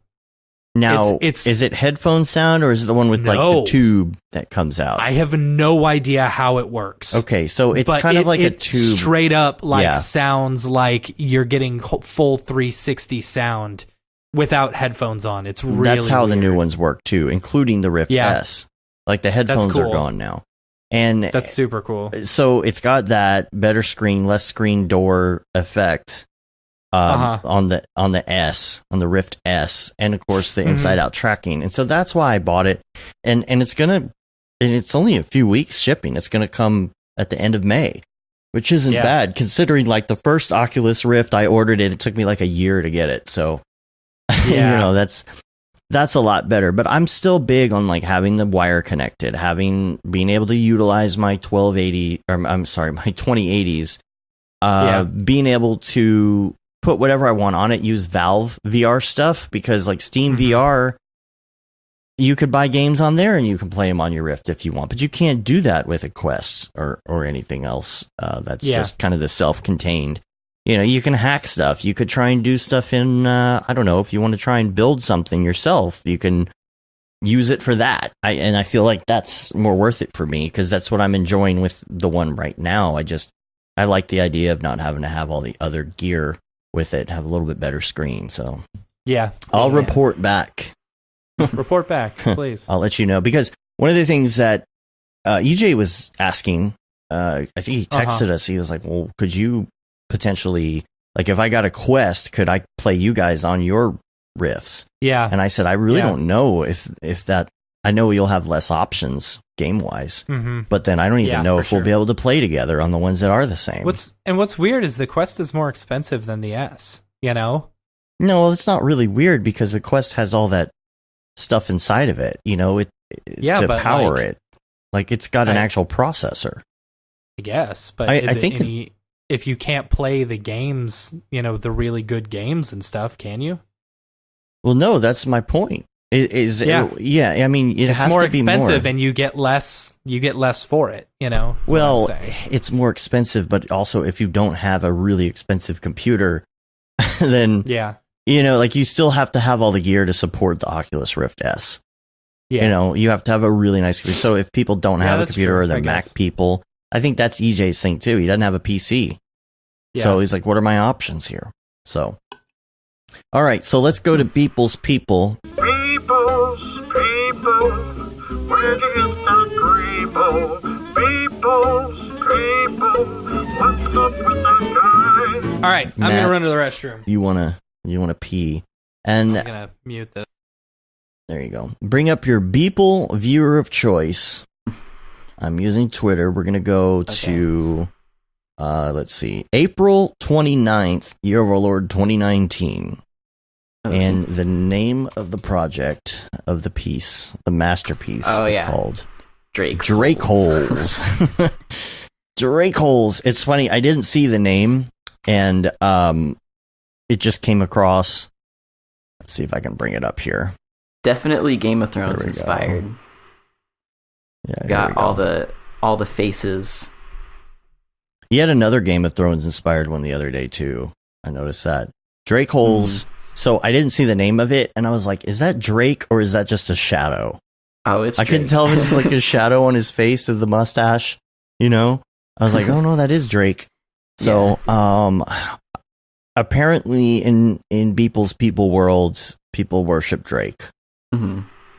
Oh, much like the real world. I didn't know that. I mean, I worship Drake. I don't know about you. I like what he did with the dogs. Like, these were probably dogs on the side, and he changed their head. And then he just bashed the head on there. Yeah. Now, I'm trying to figure out if there's a reason for the 12 heads. Yeah. Like, and what would be the significance? Yeah, what's the significance of the guy on, like, the Jesus Christ pose at the top, too? Yeah. He's being, like, nailed to the cross or something. Maybe they crucified Drake in the future. Uh-huh. and he becomes a martyr. Those must be, like, his 12 disciples. Yeah, I was thinking with the 12, it could be 12 disciples, so he's his own disciple. Mm-hmm. Okay, not bad. Yeah, so I just have to figure out, like, why in the world. I need these answers, people. Yeah. Why are people worshiping Drake in the future? It's going to bug me. I'm going to have to come up with a reason. Yeah. But Matt's not back, so I don't know if he's going to get to chime in on this one or not. He's been in the bathroom a little too long, so we could come back to it. Yeah, we could come back to it. The next one is April 30th. This is called Rest in Peace, Mother Effer. This one's cool. Yeah, this is really cool. Now, this is... You can tell when he has more time to work on it. Right. I know, right? This is the one that he did for his 12th anniversary, which, by the way, congratulations on your 12 years of dailies. It's awesome. but this one is actually his own face. So I'm guessing that. I mean, I think it is. I'm pretty sure he looks older. It's like an older version of him. Well, definitely, especially the stick through his eye. Mm-hmm. Yeah. But man, this is really cool. Like, you got some brain coming out and some blood smears and nerves. If it is a scan of his head, it's pretty cool because I don't know if he like posed that way when he took the scan, or if he actually like sculpted the mouth like that to like pose to one side. Right. Yeah, the thing is, after 12 years, this is probably how he feels. Yeah. Yeah, I don't know. Yeah, maybe it is Bill. I mean, it does look like Bill Gates. Maybe it's Bill Gates. Oh, yeah. It looks like Beeple. I didn't realize how much Beeple and Bill Gates look alike. Yeah. We'll have to ask Matt when he comes back from the potty. All right, next one. May 4th. This is called Weekend Warrior. Mm-hmm. Oh, wait. And I did want the 12 years one. I see the 12 years one after Rest in Peace. Oh, yeah. You can do that. He always does like an inspirational one. So here's the thing I can't figure out, because he wrote 12 years of everydays on April 30th. So I was like, okay, well, maybe this is the 12th year. Mm-hmm. And then he does the You Can Do This, but he does kind of a motivational poster now, like every year. Oh, you know. I have one. I have the one he did for 10 years. Oh, you actually have a physical copy, huh? Yeah. Oh, nice. Sit down and do your work. Yeah, he reposted that the other day too. Now this isn't one we'll do, but yeah, like he posted 3 episodes left the other day. You can tell that's definitely Game of Thrones related. But okay, Matt, question for you. Answer for you. Who is this? That's Beeple. It's not Bill Gates. No. Might be. No, it's okay. No, it's Beeple. I thought it was 3D Beeple scan too. of himself. I know, but for a minute we thought maybe it was Bill Gates. No, it's the same. It's the same scan that what's his name? Smearballs used. Oh, okay. In his thing. Was his face like this? I guess I don't know. Because his mouth looks like it's posed on one side. I think he's doing that. Like, is there? I don't know. Is there? I don't know. Is there a Turbo Squid model of Bill Gates? I don't know. Anyway, let's go to the last one, which is May 4th. It's called Weekend Warrior. And it's got the dinosaurs. Mm-hmm. The dinosaurs. Oh my gosh. I looked up Bill Gates on Turbo Squid, and there's this really creepy looking Elon Musk busk. Weird. Elon Musk Ready Color 3D. Yeah, look at it. He's got like this my goodness. super creepy mustache. That is weird. Why would he have the weird mustache like that? I don't know. That's what it looks like when I try to grow a mustache. And his eyes are like not quite. Oh, that's really creepy. All right. All right. So this dinosaur world, I'm thinking that there's like a portal. One of the people's portals was open to one of these planets that had dinosaurs, which is really great because I think, if you get the book written for Beeple's People, right, and then you do the portal thing, and you have like multiple episodes or multiple movies based on this, then there's always a possibility you could do a Jurassic Park crossover. That's true. Yeah. That's true. Mm-hmm. Maybe we're going about this all wrong. Maybe they're not terraforming different planets, but it's actually an interdimensional traveling. So there are different universes, a multiverse, have you, where there are a whole bunch of... Yes. The Beepleverse, yeah. Right. So someone is actually traveling to different universes. Universi? Universi. Right. Different universes. Yeah. Or different, whatever. So the Beepleverse is just his home universe. Right. So this is the Dinoverse. What are they doing? The Dinoverse. What are they doing on all these different universes? Are they collecting something, or maybe? I mean, he does have another Jansport backpack right here, so You know what? Maybe it's like a Quantum Leap situation where he's hoping that the next multiverse will be the multiverse home. Back to the like Beepleverse. Sliders. It's freaking Sliders. It's Sliders. Back to the Beepleverse. Yeah, dude. Yeah. So he's got to spend a certain amount of time in each of these places. Sliders. You remember? Yeah. Mean Bear? Oh, I remember. Ryan doesn't remember. I'm sorry. No. Oh, Ryan. That show was actually on before you were born. Sliders. Gosh, yeah. That was the early 90s. Okay. It was a TV show where they were jumping from different universes, different parallel universes, and like it happened on accident. Now here's the part of the show where I explain 90s pop culture to Ryan. Just kidding. No, it was they were jumping from universe to universe and always hoping that the next jump would be the one home. Yeah, and Jerry O'Connell was in it too, so it's good. Yeah. Most people don't even know who Jerry O'Connell is. I doubt Ryan would. Cuz yeah. Yeah, most people don't. He was Superman in the TV version of Superman. What was it called? Was he? No, he wasn't. Yes, he was. Do you not remember? Wasn't he? He was Superman. Oh no, that was Jerry. No, you're thinking Jerry of O'Connell. I'm thinking of Dean Cain. They're the same person. No, they're not. Dean are they? Cain is much I've never better seen looking. them both in the same room at the same time. Oh yeah, you're right. That was Dean Cain. I do get them confused in my head because they were both like in two things and then they disappeared. But you get Jerry O'Connell and Dean Cain confused? I don't get them confused if I see them next to each other, which I haven't actually done in real life. So I'm telling you, maybe they're the same person. All right, could be. What else has Jerry O'Connell been in then? I don't know. Is that all he's been in? Is Sliders?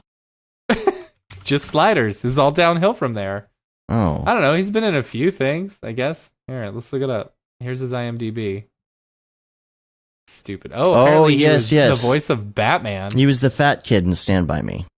Yeah. The fat kid in Stand By Me. Okay. Ryan, have you seen Stand By Me? No. It's a classic. It's a classic. Like, no, I don't. Like, I blame you because it's a classic, not because it came out, a long time ago. Okay, I'll have to watch the fat it. Kid in Stand By Me. Yeah.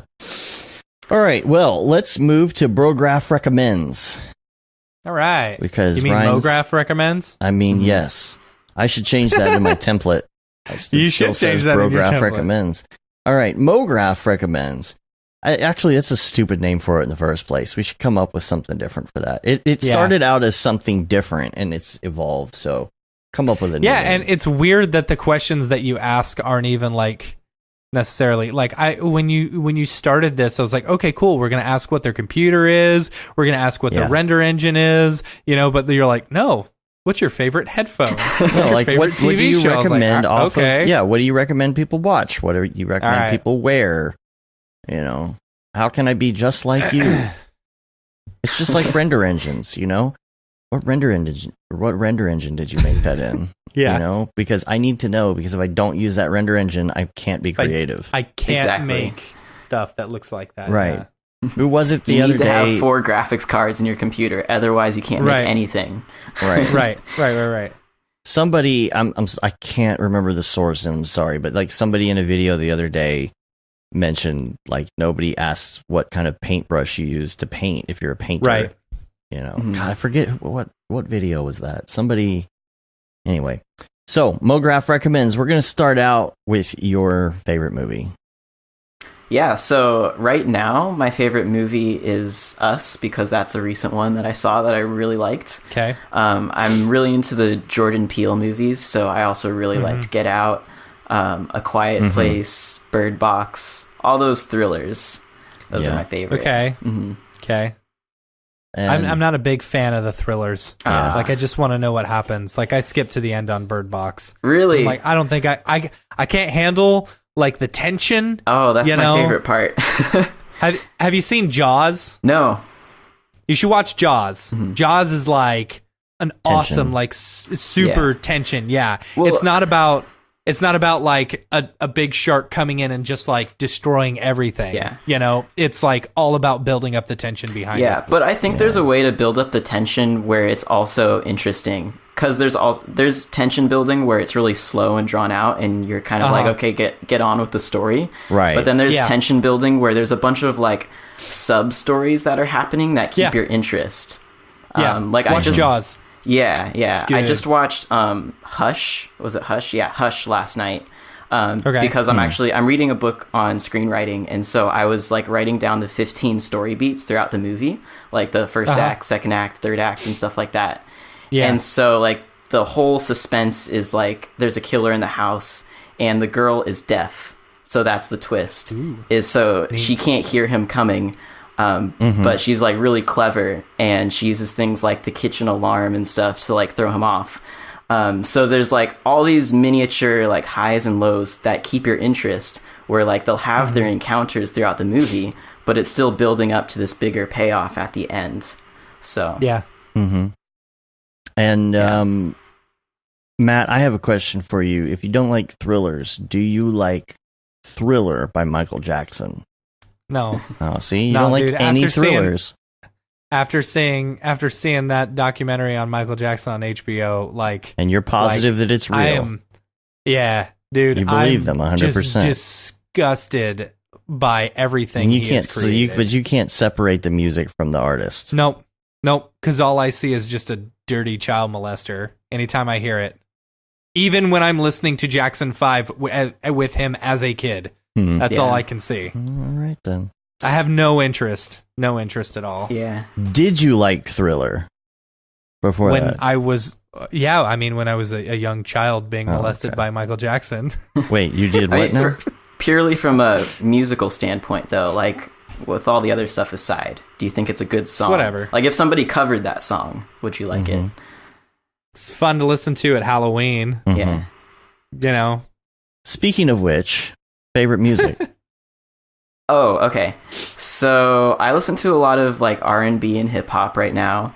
That's like car music for me. And then like when I'm working, it would be more like house music because that's instrumental and it's got like a steady beat that I can sort of get in the groove when I'm working. So yeah, those are the two. Okay. And TV show. Breaking Bad. Yeah. Nice. Yeah. Good. Podcasts. I don't listen to a whole lot of podcasts. This is the one that I listen to the most. But I've listened to this one. Yeah, I know you're not supposed to say that. I've listened to like one of Ash Thorpe's podcasts, the Collective podcast. That was pretty good. Yeah, not much else there. The future. Oh no, you know what? The future is really good. Yeah, that's great for business. I've listened to quite a few of theirs. Yeah. Yeah. And plug-in. Octane for Cinema 4D. Cool. Or X Particles. Yeah, that's a good combination. Good combo. Yeah. Headphones. These are the Sony MDR V6. They look a little heftier than my Sonys. Yeah, I mean, they sound good. They're not the prettiest. They have like this cable, but those are the worst. Yeah. The spiral cables. Yeah, I've had to replace it like once so far. Like the cushioning on the ear like kind of flakes off, so I just like take it off, so I don't even know. Yeah, I hate that because it's like once that starts happening, your headphones are pretty much ruined because you always get the crap on you. Yeah, that's why I just tear the whole thing off. Yeah. Yep. Here's the problem is that I use my Bose so much that my Bose are starting to do it now. And I'm like, no way. Yes, they are. Look, here, I'll show you. Yeah, they're starting to, now they're not doing it that bad, but I don't know if you can see, but they are starting to do that thing like a little bit. And it sucks because it's like, can you replace that? Can you just get new pads? Yeah, because like I don't want to buy new headphones. Yeah. But the thing is like I'm not blaming it on them because like I wear them so much. I'm sure it's from like sweating and stuff. Just wearing them for so long on airplanes and so. But yeah, mine, these, they flake really easy. You know, they're the really, really cheap Sonys, and then they gets all over you, and it's just over. All right, website or Chrome extension. Yeah, so I have like 3 Chrome extensions that I really like. The first one is dark mode, which just, you know, makes everything dark. The second one is ArtStation Discover. So it actually, instead of having the Google homepage, whenever you open up a new tab, it just shows you a random ArtStation picture. And like it has a link to the profile and everything. So you're just constantly seeing new art pieces every time you open up a new tab. The only thing about that is, you know, there's some borderline, you know, sexual stuff on ArtStation sometimes. So you might be like at your computer with somebody, and then you open a new tab and something kind of borderline shows up. But, yeah, that might not be the best idea. I wonder if they have like a. It's not very often. Most of it's pretty good though. Yeah. Well, I wonder if they would offer like maybe some sort of like, is there a rating system on ArtStation? Like, yeah, I think it does show you like the top things. Like when you go to ArtStation, there's the front page. I think it shows. No, but I mean more of like a content wise, like if it has nudity or something. Like SFW marking it for mature tab. Yeah, just something to filter that out, because I think like it's it's a great idea, but. You know. Yeah, I don't know if there's that in the extension, but I think there is on ArtStation. Yeah. I got to get that dark Dave, mode. you can buy replacement pads for like $20. Oh, good. Yeah. All right. Lastly, oh wait, did you do all your Chrome extensions? Is that? Oh, wait, I feel like there was a third one. What was it? Yeah. I wrote it down. I'm trying to look up. I don't remember. Oh yeah, Tamper Monkey. So Tamper Monkey is basically allows you to like inject code, but all I use it for is blocking the YouTube homepage. So I found a code that I just put in there because I don't know how to code. So whenever I go to YouTube, you know, you just get like inundated with all these recommendations on your homepage. Right. It's just thumbnail after thumbnail. And whenever I go to YouTube, I'm going there to search for something specific because I'm working, and I don't want to get distracted by all these videos. Yeah, that's my problem. I get distracted like crazy. Yeah, and it works really well. So now I go to YouTube, and all I see is a blank page with a search bar, and it's great. That's smart. Yeah. Yeah, see, if they show me a new episode of Last Week Tonight, it's guaranteed I'm going to hit that every time. Yeah. That's and what then you I forget need what on you were searching Facebook. for. Right? Yeah. Yeah. I always like, I need to go to Facebook because this person only does business through Facebook Messenger. So for some reason, so I'll go in, or if I need to go to like the Mograph Facebook page or something like that, I'll go in there and then, so-and-so posted this new photo of their kid. Oh, let me check this out. Oh, what has that person been up to? And then, you know, I need something like that for Facebook so I can only do the things I need to do on Facebook. I started going back on Facebook, just checking it occasionally, you know? It sucks and you I find myself in. checking it every day. It sucks Dude, the other morning, I went on because the thing with all the Camp Mograph stuff, I want to see, you know, if people are talking about it and whatever. And so I go online, and then 30 minutes later, I realize, holy crap, I'm still on Facebook. Yep. You know? Oh. Yep. Have you ever gone on Facebook and then open a new tab and then go back to Facebook? Yep. Yes. Yeah. Oh my gosh, I do it all the time. Or close down your Facebook app on your phone to immediately open it back up. Yeah. Yeah. Oh yeah. Like David says hi. Hey, David. Dory. David Ariev. He says, "I love you all. Love you too. We love you, Octane Jesus. You're the Octane." We'll see you in like a week. Yeah. Gosh, that's only like a week and a half away, man. I know, right? All right. If for those listening, if you're going to be in the Denver area, or close by, come hang out with us on the what is it, the 17th? I believe so. It's Thursday. It's is it a week from this? No, it's not a week from this Thursday. Don't tell me it's a week from this Thursday. Is it 2 weeks? It's a week from this Thursday. Is it? Yeah. No. Yeah, dude. Are you sure? What's today? Yeah. Today's the 6th. Today's the 6th. Oh my gosh. A week from this Thursday. We leave next Wednesday? We need to leave next Wednesday. Oh man. Okay. Jeez. All right. Well, come see us in Colorado. All right. Last one. Life hack. So this one I got from Mark Thornton, and it is spend an hour every morning working on something for yourself. So it doesn't have to be motion graphics related, though, I found. So it can be like if you have a personal project, you get up in the morning and you work on that for an hour before you do client work, and then you feel like you've accomplished something for yourself. But like lately, I've been using it to read my book on screenwriting. So I'll just go to the park in the morning and read it, like 10 pages or so, and then I'll come back and then I start my work day.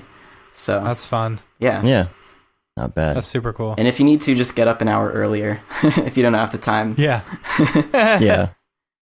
I'm looking forward to summer. It's like 4 weeks until my wife and kid are out of school. And so like I'll actually get to sleep in like an extra 20 minutes and then also go to the gym because I won't have to worry about getting him ready. No, it's going to be nice. It'll be super nice. By the end of summer, I'm going to be ripped. So I'm working on my SIGGRAPH bod now. SIGGRAPH bod. You know? Yeah, me too. Me too. I was doing really well with the intermittent fasting until I had some Jack in a Box last night. Whoops. Yeah, see, the intermittent fasting of you not eating for 3 days doesn't work if you eat like 2,000 calories in Jack in the Box. Well, I did not have 2,000 calories in Jack in a Box. Yeah. Yeah. Tokyo Megaplex, thick, Matt. THICC. Okay, Cristobal actually in the chat says there is an eradicator from Facebook called News Eradicator. So I might work on that. Fake block, right? Fake block? It's called Don't Go to Facebook Ever. Yeah. Yeah, but too tempting. It's just a habit, you know. It's not even like I want to do it. I'm just like addicted, you know. Yeah, because I go online and I realize I hate a lot of these people. Yeah. Like, I don't know why I'm still friends with a lot of these people. And the thing is, I don't like letting people into my personal life, you know, unless I know them really well. So like Ryan, I've seen you as a suggested friend, but I've never clicked on you. Yeah. I'm sorry. Like, I've seen tons of these people. Like, it was funny because I went on the other day and I'm like, I know every single one of these people and I've had a conversation with them, yet I will not friend request them. Yeah. You know, if we hung out in real life, then I'll add. Right. Yeah.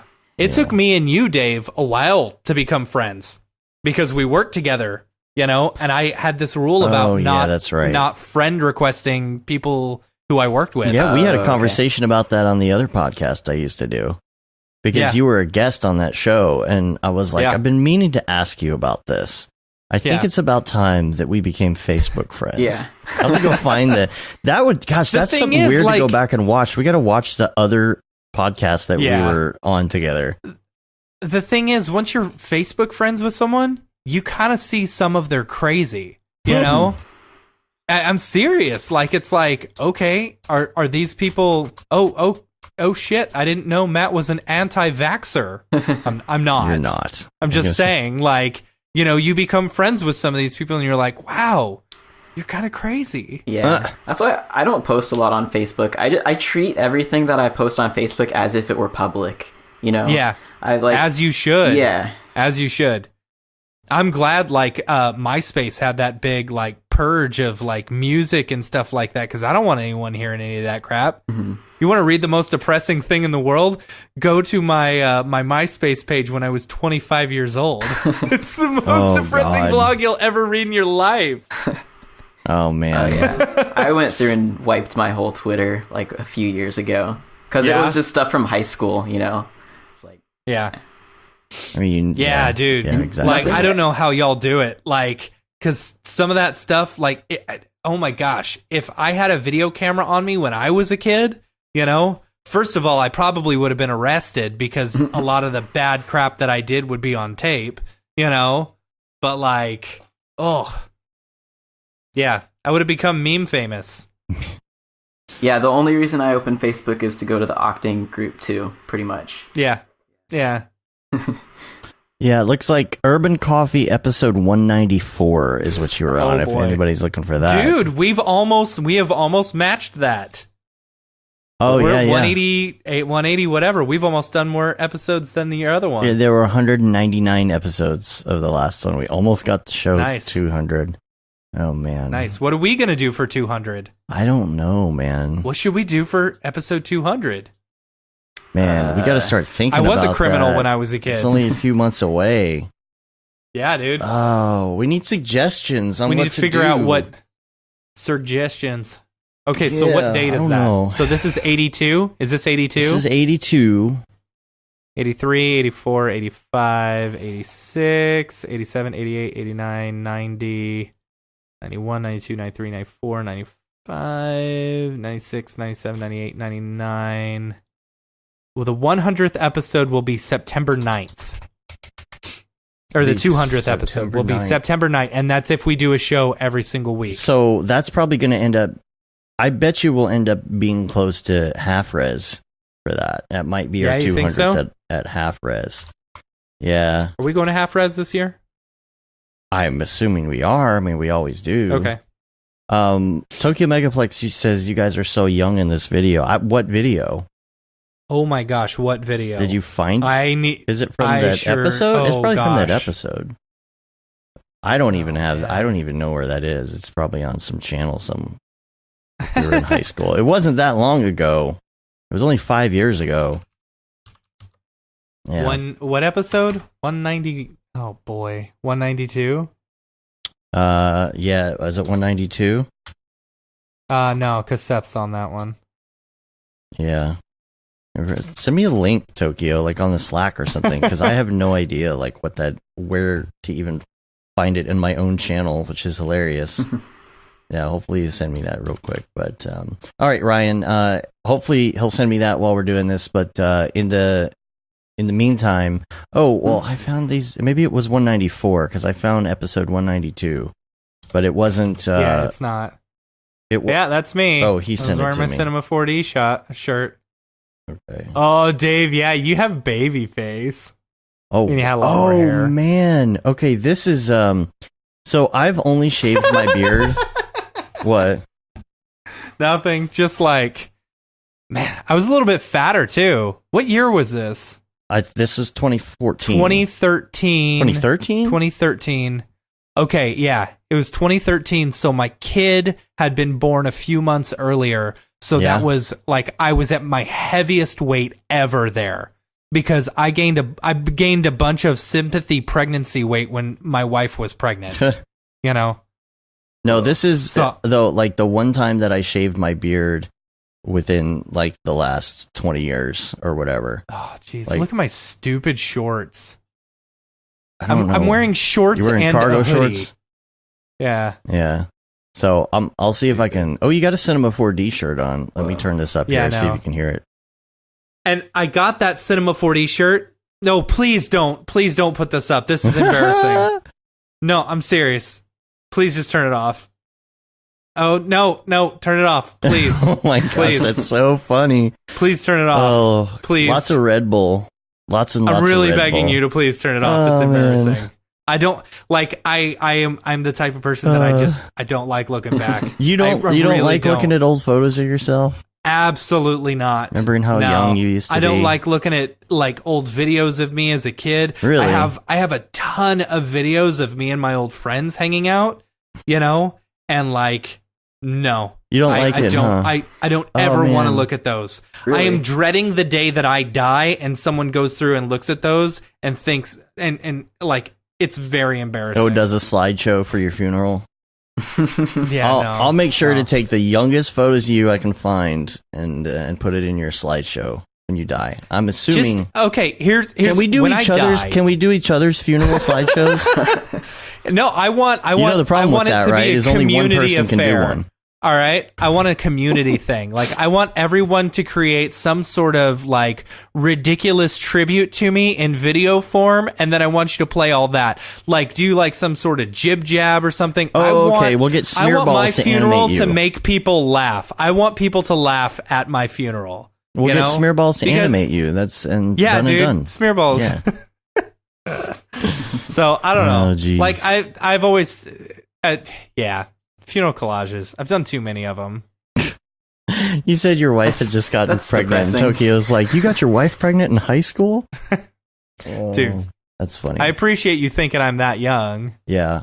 Yeah, I mean, even in that, I was 33 years old in that video. Yeah, I was 30, I think. Yeah. Anyway. I was turned 31. Let's get out of here. Let's do it. We've jumped the shark. Please rate us on iTunes, leave a review. You can also subscribe to us on your podcatcher of choice. Helps get our ratings up. You can say that you've been there, done that, got the t-shirt with the Mograph logo tee.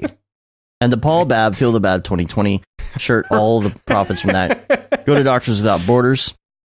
Yes, he was. He was. How old were you in that video? So I'm 22. So if you were 33, 11 years ago. So I was 11. Yeah. You were 11. There you go. No, it wasn't that many years ago. When was that? That was 6 years. No, that's 6 years ago. 6 years. 6. Yeah. Oh, okay, Yeah, so 6 years ago. 6 So years. Yeah.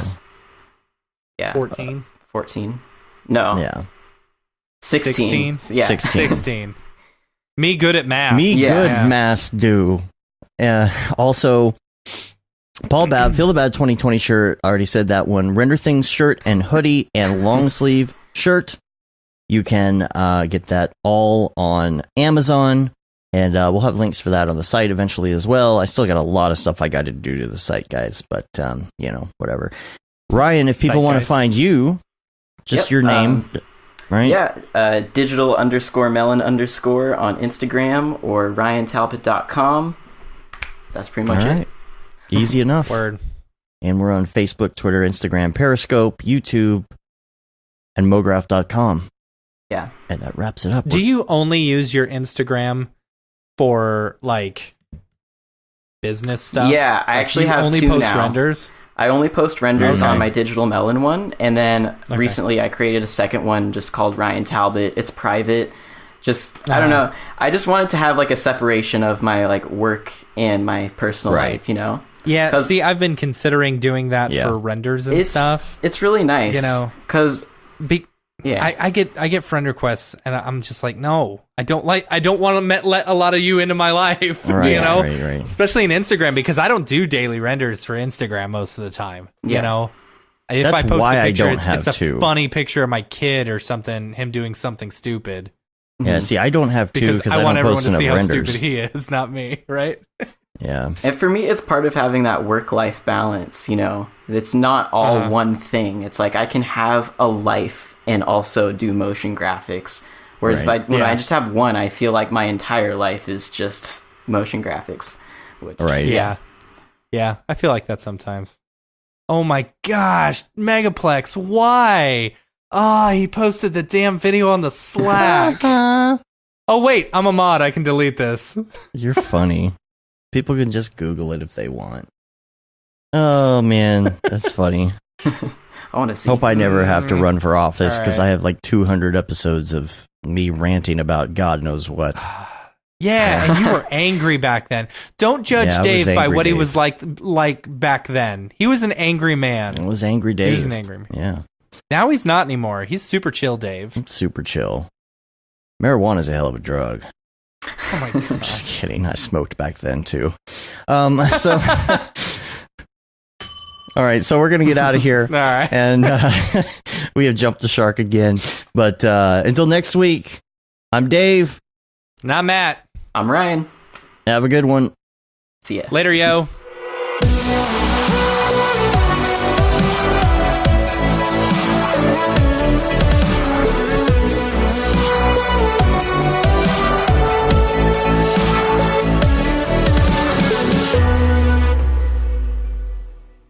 It's pretty good, I guess.